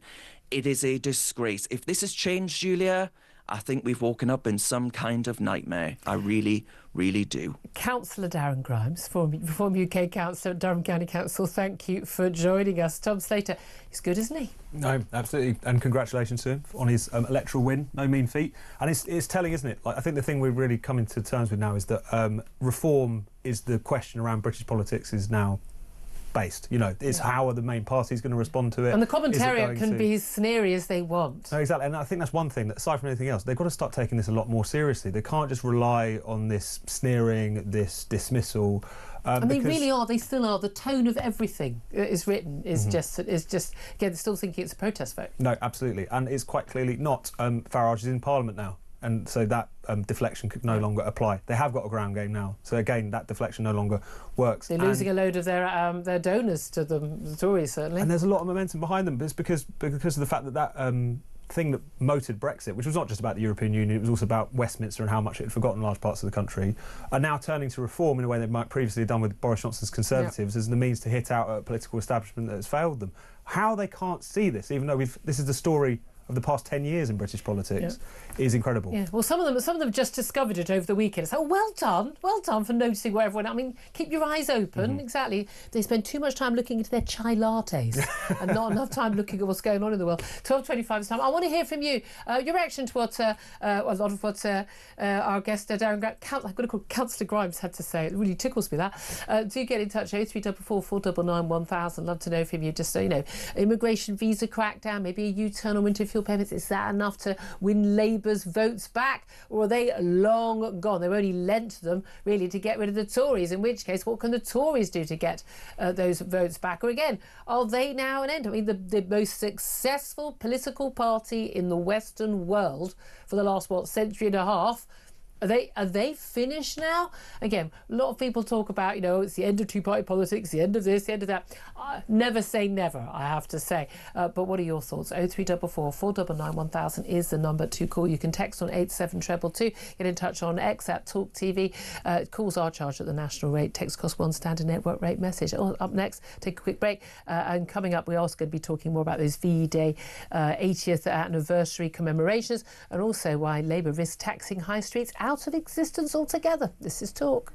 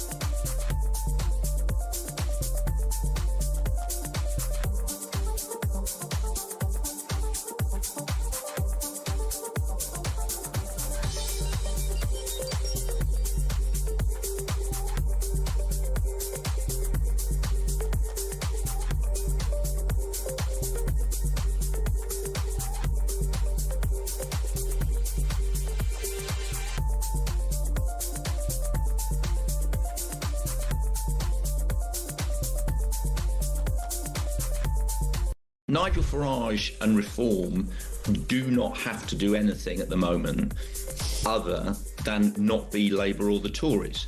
All he has to do is not be Keir Starmer and not be Kenny Badenoch. Right. Now, but also, I think what will also become a key battleground, of course, will be this business that was introduced by Zia Youssef on Sunday and Laura Kunsberg and other shows, where he says, we're going to actively challenge the reform councils where we are, particularly in Kent, which will be an interesting one.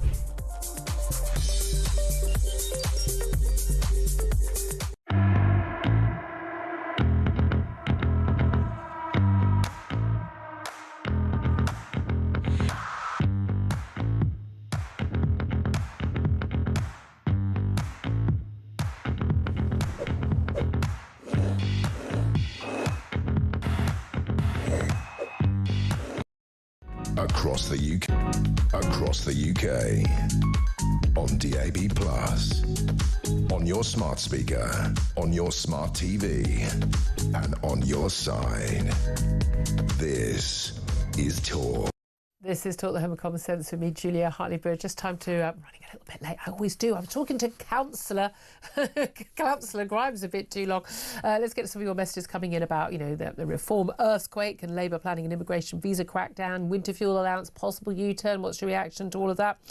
Joanne says he should cut the taxes imposed on businesses too. Jobs are being lost. I mean, quite literally being lost right now. Bruce says, with the winter fuel payment, what the government should have done is give it to people who are receiving housing benefits. That way, they would not be giving it to rich pensioners. That's a fair point. But also, again, you can give it to everybody, but if you're well off, you get taxed. I've never understood. I remember discussing that at the time. You just make sure people are taxed and then they don't get the benefit of it. Bearing in mind also, if you're a rich pensioner, you've probably paid a heck of a lot of tax over the years, haven't you? Bernard says, nope. I'm asking, will that be enough to win back votes? Nope, is the response. It's just doing what they should have been doing anyway. To have to be dragged kicking and screaming to do it is not a good look. Greg says, never forgive Labour and the Tory party for what they've done to our once great nation. I think we might have to try out reform for a few years. And Susan says, too little, too late. It's going to take more than a wasted U-turn to convince me to vote Labour. You'd need to replace the entire party with reform. A lot of reform supporters here. Michael says, how many parties have promised to crack down on asylum? I'm not even sure I trust Farage. He's only really just saying what we all want to hear. Except he has been saying it for a very long time when everyone was still shouting bigot and racist at him. Claire says, never voting for Labour, ever, never did to start with. So exactly, they're not going to win back your vote, in which case, why should they worry about your vote, you could argue. Claire says they would have to do more than crack down on migration and U-turn on winter fuel. They would have to sack Red Ed and Rachel Thieves as well to even begin to tempt me. This comes back, Tom Slater, to what you were saying a bit earlier in the show, which is, you know, actually there was never this massive big support for Labour. It might have looked like it in the polls before the election, but on election day, it was down to 34%. I mean, basically, it was largely a vote against the Tories. Yeah, 34% of the vote, historically low turnout. I think if you crunch the numbers, effectively about 20% of the available electorate, you know, voted. Yeah, no, I never play with that because people play with that on Brexit. Well, it wasn't a majority voting for Brexit because my 2-year-old didn't get to vote. You sort of into that territory. But at the same time, we've never seen like a elected majority in Parliament on such a tiny slither of the actual electorate. It just shows how still this legitimate. That's the system. Of course, but it's an indication of how fragile they're this not. government If is. you're not starting with that, but that's the thing is, although they've got a big majority, they can actually get anything they want done. They could actually they could really remould the nation in their honour. But I mean, to be fair, I mean we've had a Labour government in for the last 14 years anyway, haven't we? We've had Labour light. I mean, now they're going to try and be Tory light. I mean, we're basically getting the narrow sliver of views, and they could all be Lib Dems. Yeah, I mean, it's also funny how even with that majority, they are really struggling to impose their agenda anyway. It's fascinating, isn't it? And that's I don't know whether we can do this or not. You can do anything you want with a majority of 160, but the same with the Tories. It really peed me off. Even when they were losing MPs left, right and centre, they still had... Rishi Sunak went to the Parliament, went to the country, he had, a 60 majority? If you've got a 60 majority, you can do anything you want. And it's one of those things where I think it points to, in both cases, them pledging to do things that they don't actually want to do, which is definitely true of Labour in many respects. Also, particularly in the case of Labour, not really knowing what it wants to do. It's weird that, isn't it? All that effort to get into power. Exactly. And so as soon as they hit a bit of turbulence, or as soon as they see public opinion is really souring on them, they just run around like headless chickens. On this question of does he need to get rid of Rachel Reeves or Ed Miliband, I mean, of course, in some ways. But this fish is rotting from the head down. Keir Starmer is the problem. Exactly. No, people, to the extent that people have a strong feeling about him, it's always a negative one. They are either indifferent to him or they hate him. That is a really bad position for any Prime Minister. I'm just saying, come the revolution, when I'm Empress in charge, Empress in charge of the world, things will be different. I will have a purpose, I can assure you of that. Anyway, right now, we're going to find out how you could be in with a chance of winning a weekend away in Munich at the end of May. Just happens to coincide with watching the biggest game in European football, the Champions League final. We're also putting $5 grand in your pocket to spend however you want.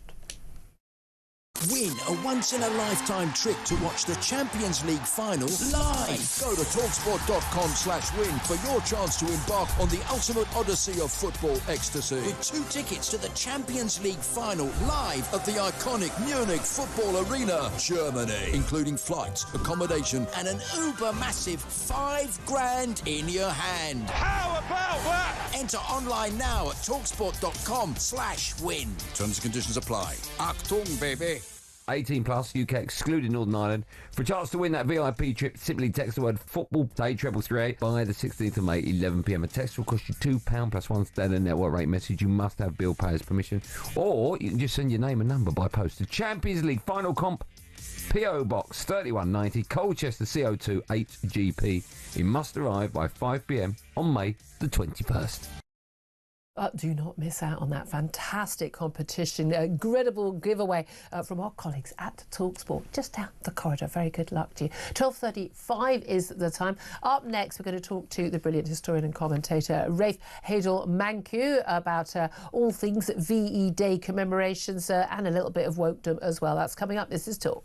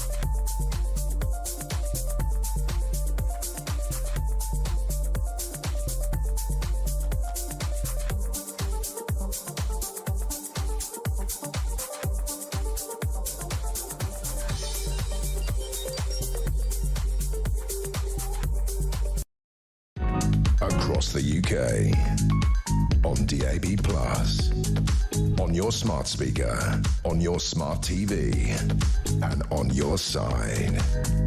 This is Talk. Very good afternoon to you. Welcome back to the show. At 12:37 is the time. Tom Slater is still with me, editor of Spiked Online. I'm delighted to say we're joined in the studio. Lots of guests in the studio today. It's really nice. Lovely to see you, Rafe Hadel-Mancu, who's an historian and commentator. Lovely to have you actually in the studio. Very significant day. And actually, it's interesting. One of the most significant things happening today, marking VE Day commemorations, the 80th anniversary of all this week, really, even bank holiday right through to Thursday, the actual 8th of the month.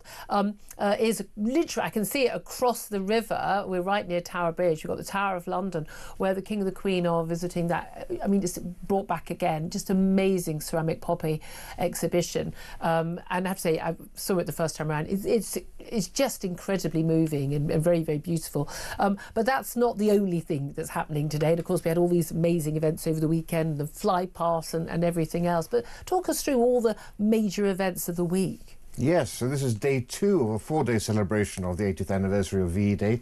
As you say, today we have the unveiling of the ceramic poppies at the Tower of London, which were originally unveiled in 2014 to mark the centenary of the First World War. Those were 800,000, now they're only 30,000, and they're formed in the shape of a heart here to symbolise the open wound when the Tower of London itself was damaged by bombs.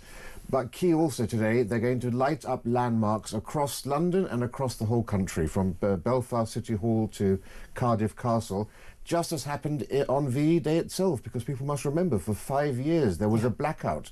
No lights were allowed. You had to have blackout curtains in your houses, changing the lamps on your cars. The ARP, the air raid, would come and knock on your door if they could see a chink of light.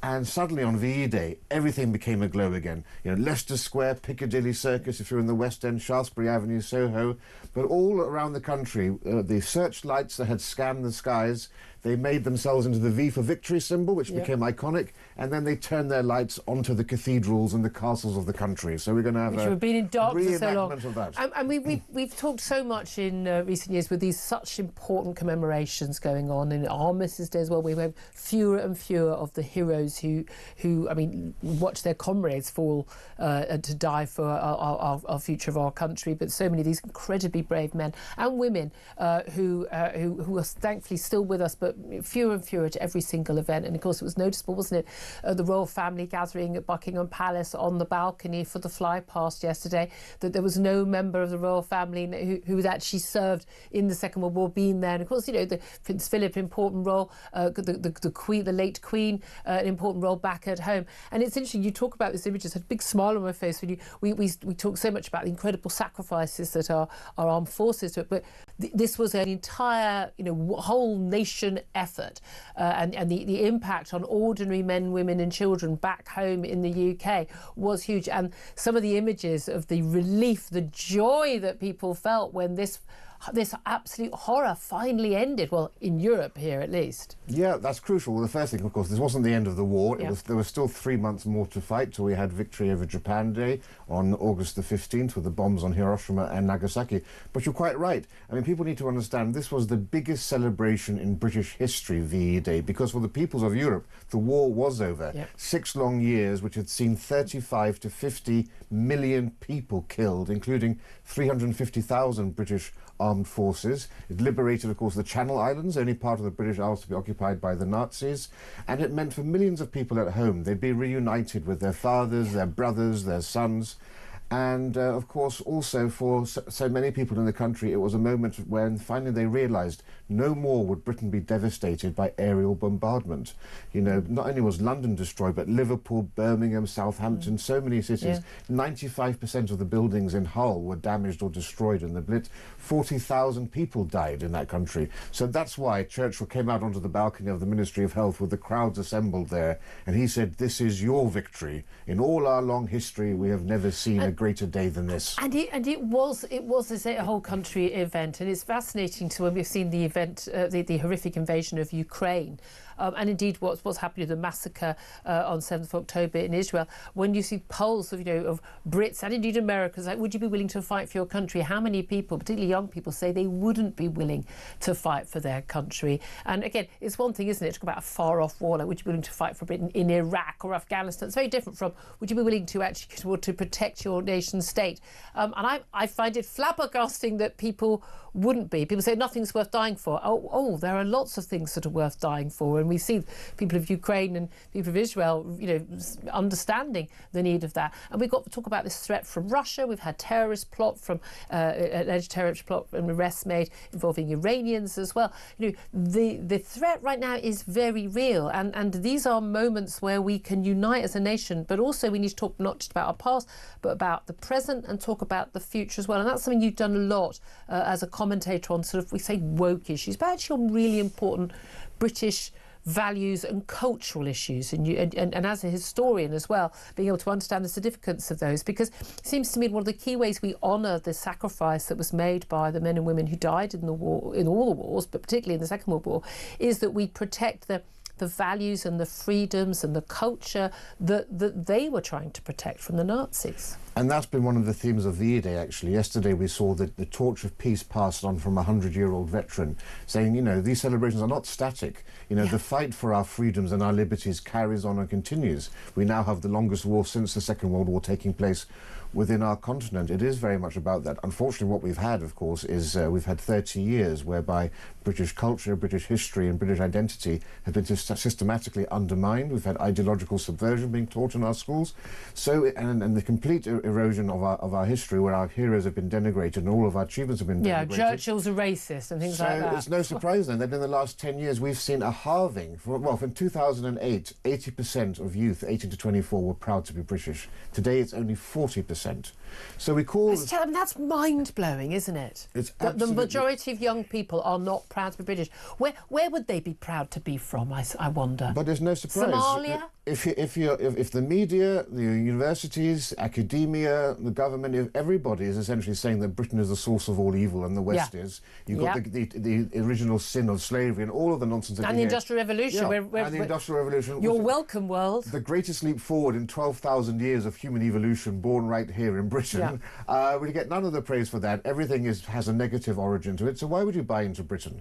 And of course, you have to remember also a large part of the youth of today are ethnic minorities, and of course course, they're always taught now about systemic racism, about white privilege, and so again, it's much easier to cleave more to the more masculine, well-defined faith of your families than although interestingly, actually, in terms of people being very sort of patriotic, actually, many ethnic minority groups in this country are actually some of the most patriotic in the country. What do you make of these stories about the British flag, so the Union flag, but also the St George's Cross? The Reform UK chairman of that victories on Thursdays, 10 councils, county councils and others they're now in charge of, saying, look, no flag is going to fly on our buildings, no rainbow flags, no this flag, no that flag. It's going to be the Union Jack, or it's going to be the St George's Cross. I mean, Councillor Darren Grimes was just saying also, local county flags and things should be, that they're the only flags that should be flown on council buildings. Do you agree with that? Absolutely. Well, and Darren is quite right. Traditional flags of Britain must be flown. So the county flags, the boroughs of London flags. I mean, if you're on the council level, you need to have some civic pride for your local areas. But we must. I live in Camden. Do we have a Camden borough flag? There's a Camden flag and coat of arms. Oh, it's probably got a picture of a trans woman on it. It's probably got a trans woman and an illegal migrant on it, shaking hands or something. But in Camden. We're fraying as a society, right? So identity politics is causing fissures in our society. We've got ethno-nationalist states developing in this country. We're becoming United Nations rather than a United Kingdom. We've got all the identity politics going on. We need to have an overarching British culture rather than prioritising minority. Can I bring Tom Slater in listening to this? Look, you're on the left, but do you feel patriotic? They wouldn't recognise me as something. They wouldn't recognise you. No, you know what a man and a woman is, things like that. Basic thing. You can count. But you, I mean, do you feel strongly about saying the flag? Do you feel pride when you see the national flag? Well, pride is not necessarily the way I'd put it. I'm certainly very grateful for having been born in this country where there's so much, the freedoms that we enjoy, which were built on the struggle not of just people who died in war, but also struggled domestically for our own rights and representation. I take a lot of inspiration from that long history of people. Didn't just happen, guys. No, absolutely. And it's one of those things where also recognising that, and this is something that in recent years, of course, the left have had complete problems with, is that if you really want a kind of cohesive society, then a shared identity as a nation is so much more important. It's actually it's the route to unity rather than division. They had it completely the other way around. You'll find diversity is our strength. You obviously not read the memo. True tried to keep up with the programme, Mr. Slater, because no, but exactly, you're right. Again, you need to have something you believe in. Again, if you don't espouse any British values, you just say multiculturalism is great and blah blah blah. No, our culture isn't a superior culture. Then you've got nothing to protect, to fight for. Just finally, I want to ask, it's not as important as VE commemorations or the like, but and willingness to fight for your country, but willingness to fight for your rights as women. I want to ask you, Rafe Adol-Mancu, about this. I mean, it's kind of absurd, and I live in this area. I know that I wouldn't go swimming in these ponds. They're absolutely horrible and freezing. I don't know why people do it. But Hampstead Heath has got a women's pond and a men's pond, and there's this whole big thing that trans-identified men, calling themselves trans women, have been using the women's pond. Women are going, no, you can't. Over the weekend, obviously after the Supreme Court judgment, clearly, if it's a women's pond, then men shouldn't be allowed in it, whether they call themselves Sheila or not, or have a GRC, a gender recognition certificate. But women's rights campaigners, about 30 of them, wearing false beards, wigs and moustaches, descended on the men-only pond on Bank Holiday Monday, demanding to be let in, saying to the police officer who was there to guard it, we self-identify as male. I think this is hilarious. It's no different to Isla Bryson putting on a wig and having his genitals shown through his pink leggings, saying, I'm a woman, I've raped 2 women, I want to go into a women's prison. They weren't let in, other than the fact you climbed over fences and got in. What's interesting there is that there is a mixed pond. There's a mixed gender pond, and yet the trans activists apparently feel the need to go to the women's pond. What do you make of that? Yeah, well, that's the point I was going to make. There are 3 ponds in Hampstead you can go and choose to, and it's always, of course, women who have to suffer here, isn't it? As you know, it's always the case. Women's spaces are going to be closed down and shut down. Of course, we have now women's lavatories have to become gender neutral. That's my fear. Will the ladies' pond now suddenly also become a mixed pond, just to try to let this thing go away? But the men's pond can carry on. But the men's pond, of course, that will carry on. It's extraordinary, isn't it? Rafe Adol-Mancu, we covered a lot of ground there. Thank you very much, Steve, for joining us. Great to have you in the studio as well. 12:48 is the time. This is Talk.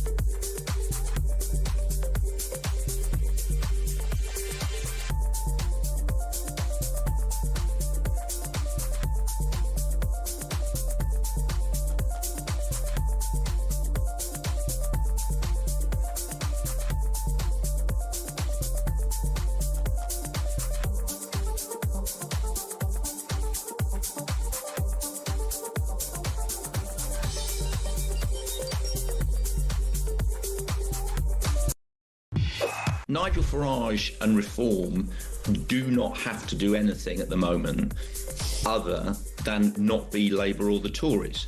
You know, all he has to do is not be Keir Starmer and not be Kenny Badenoch. Right. Now, but also, I think what will also become a key battleground, of course, will be this business that was introduced by Zia Youssef on Sunday and Laura Kunsberg and other shows, where he says, you know, we're going to actively challenge the reform councils where we are, particularly in Kent, which will be an interesting one.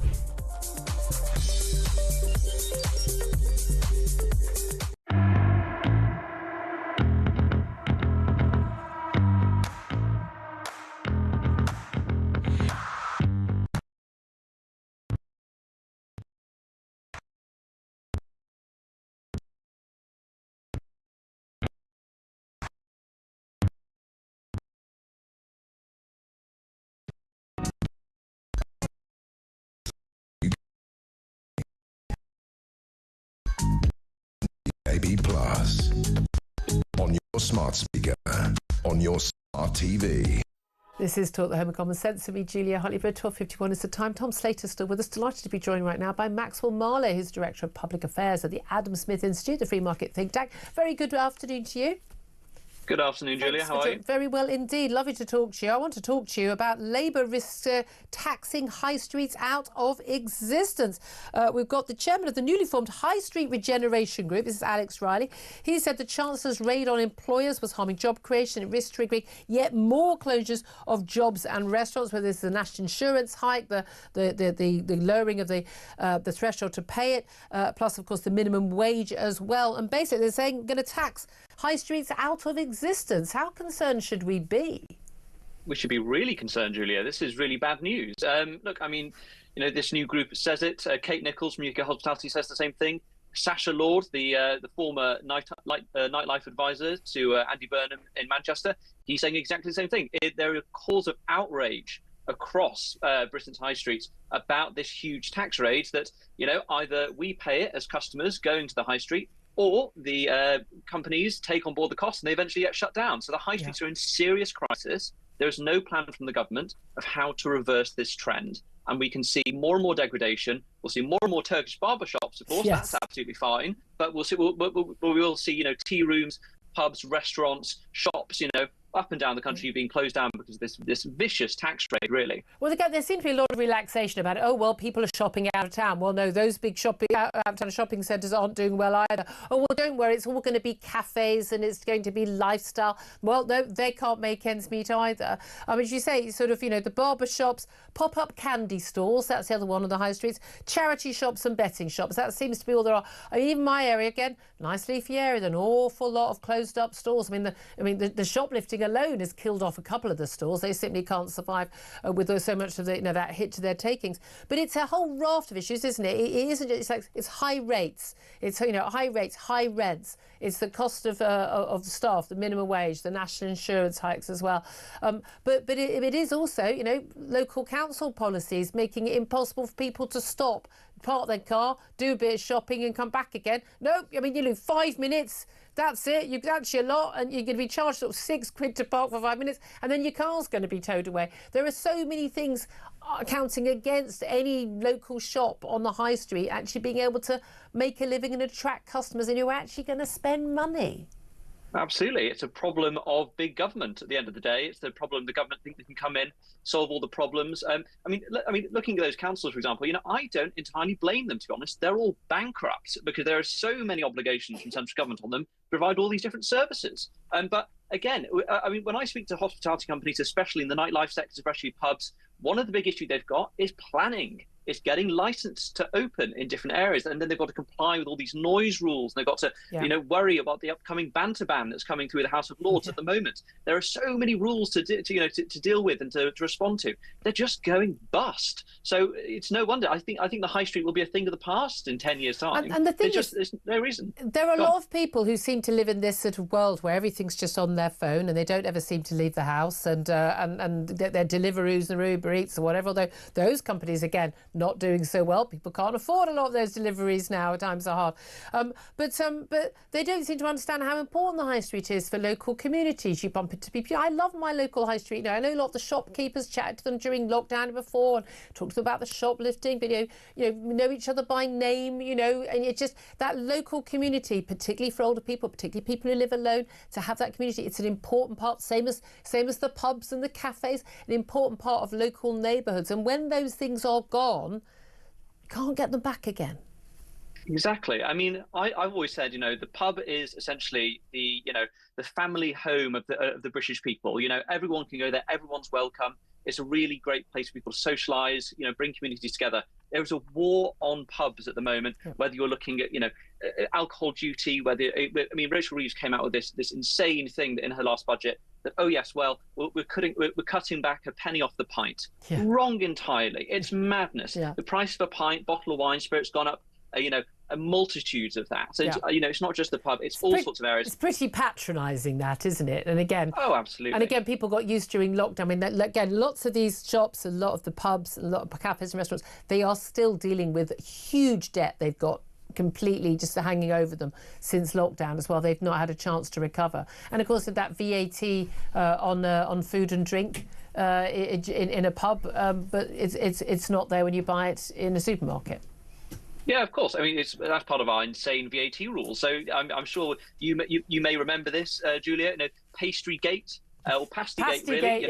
Pastygate. Yeah. So that's the rule that if you have hot food being served, it's vatable. But if it's cold, it's not, which is completely crazy. And it really changes our behaviour. It's very strange. But again, it comes back to this fundamental problem. The government is way too involved in the day-to-day lives of the British people and the shops we choose to go to. Let's get government out. Let's cut those taxes. Let's bring back the British high street. Absolutely. Maxwell Marlowe there from the Adam Smith Institute. Let me just bring in Tom Slater on that. It is really important. You did an interesting podcast with Christopher Snowdon. You had Luke Johnson on recently, I remember, and talking about this and how times are so hard for these small businesses. No, absolutely. And obviously, government is making life very difficult for them. The thing I do worry about is that there's been a kind of cultural shift underneath the surface as well, that we were kind of trending towards being a bit more atomised, preferring everything to just be delivered to your house, not have to deal with people. Yeah. You then have lockdown, which obviously just enforces that as a matter of law. And I think that's part of the picture here as well, is that we're starting to live much more kind of lonelier existence. Yeah, and a lot of the people, I think, making these rules, that's the life that they live. Maybe that's what they want. I don't know, but I don't think it's the life most of us want. I'm always amazed at people half the people walking around my local supermarket are staff doing shopping for people, but not like a big delivery, but just literally like loads of them. They're paying 20% more for it and not leaving their home. I just got this image at one point we're just going to all just be big blobs of flap just sitting there getting everything delivered, having no existence and no 3D life at all. It's really, really sad. Talking of sad, bad news from Downing Street, they have ruled out a U-turn on means testing the winter fuel payment. Official spokesman, the Prime Minister, said the policy is set out. There will not be a change to the government's policy. It was all about following the £22 billion black hole left by the previous government. There won't be a U-turn, the government has said. I'm telling you right now, that means there will be a U-turn. There will, because they just don't stick to anything they say. Joining us right now is Ian Collins to find out what's happening on your show. I can't believe they mentioned the 22 billion black hole. I can't believe, what a surprise. I've heard of it. Yeah. First I really heard about that. I mean, where do they find that from? Yeah, exactly. Do you reckon they'll end up U-turning on it? Would it make any difference? Will it make any difference? Well, I think to Labour it won't make any difference now. I don't think there's... I know we're 4 years away.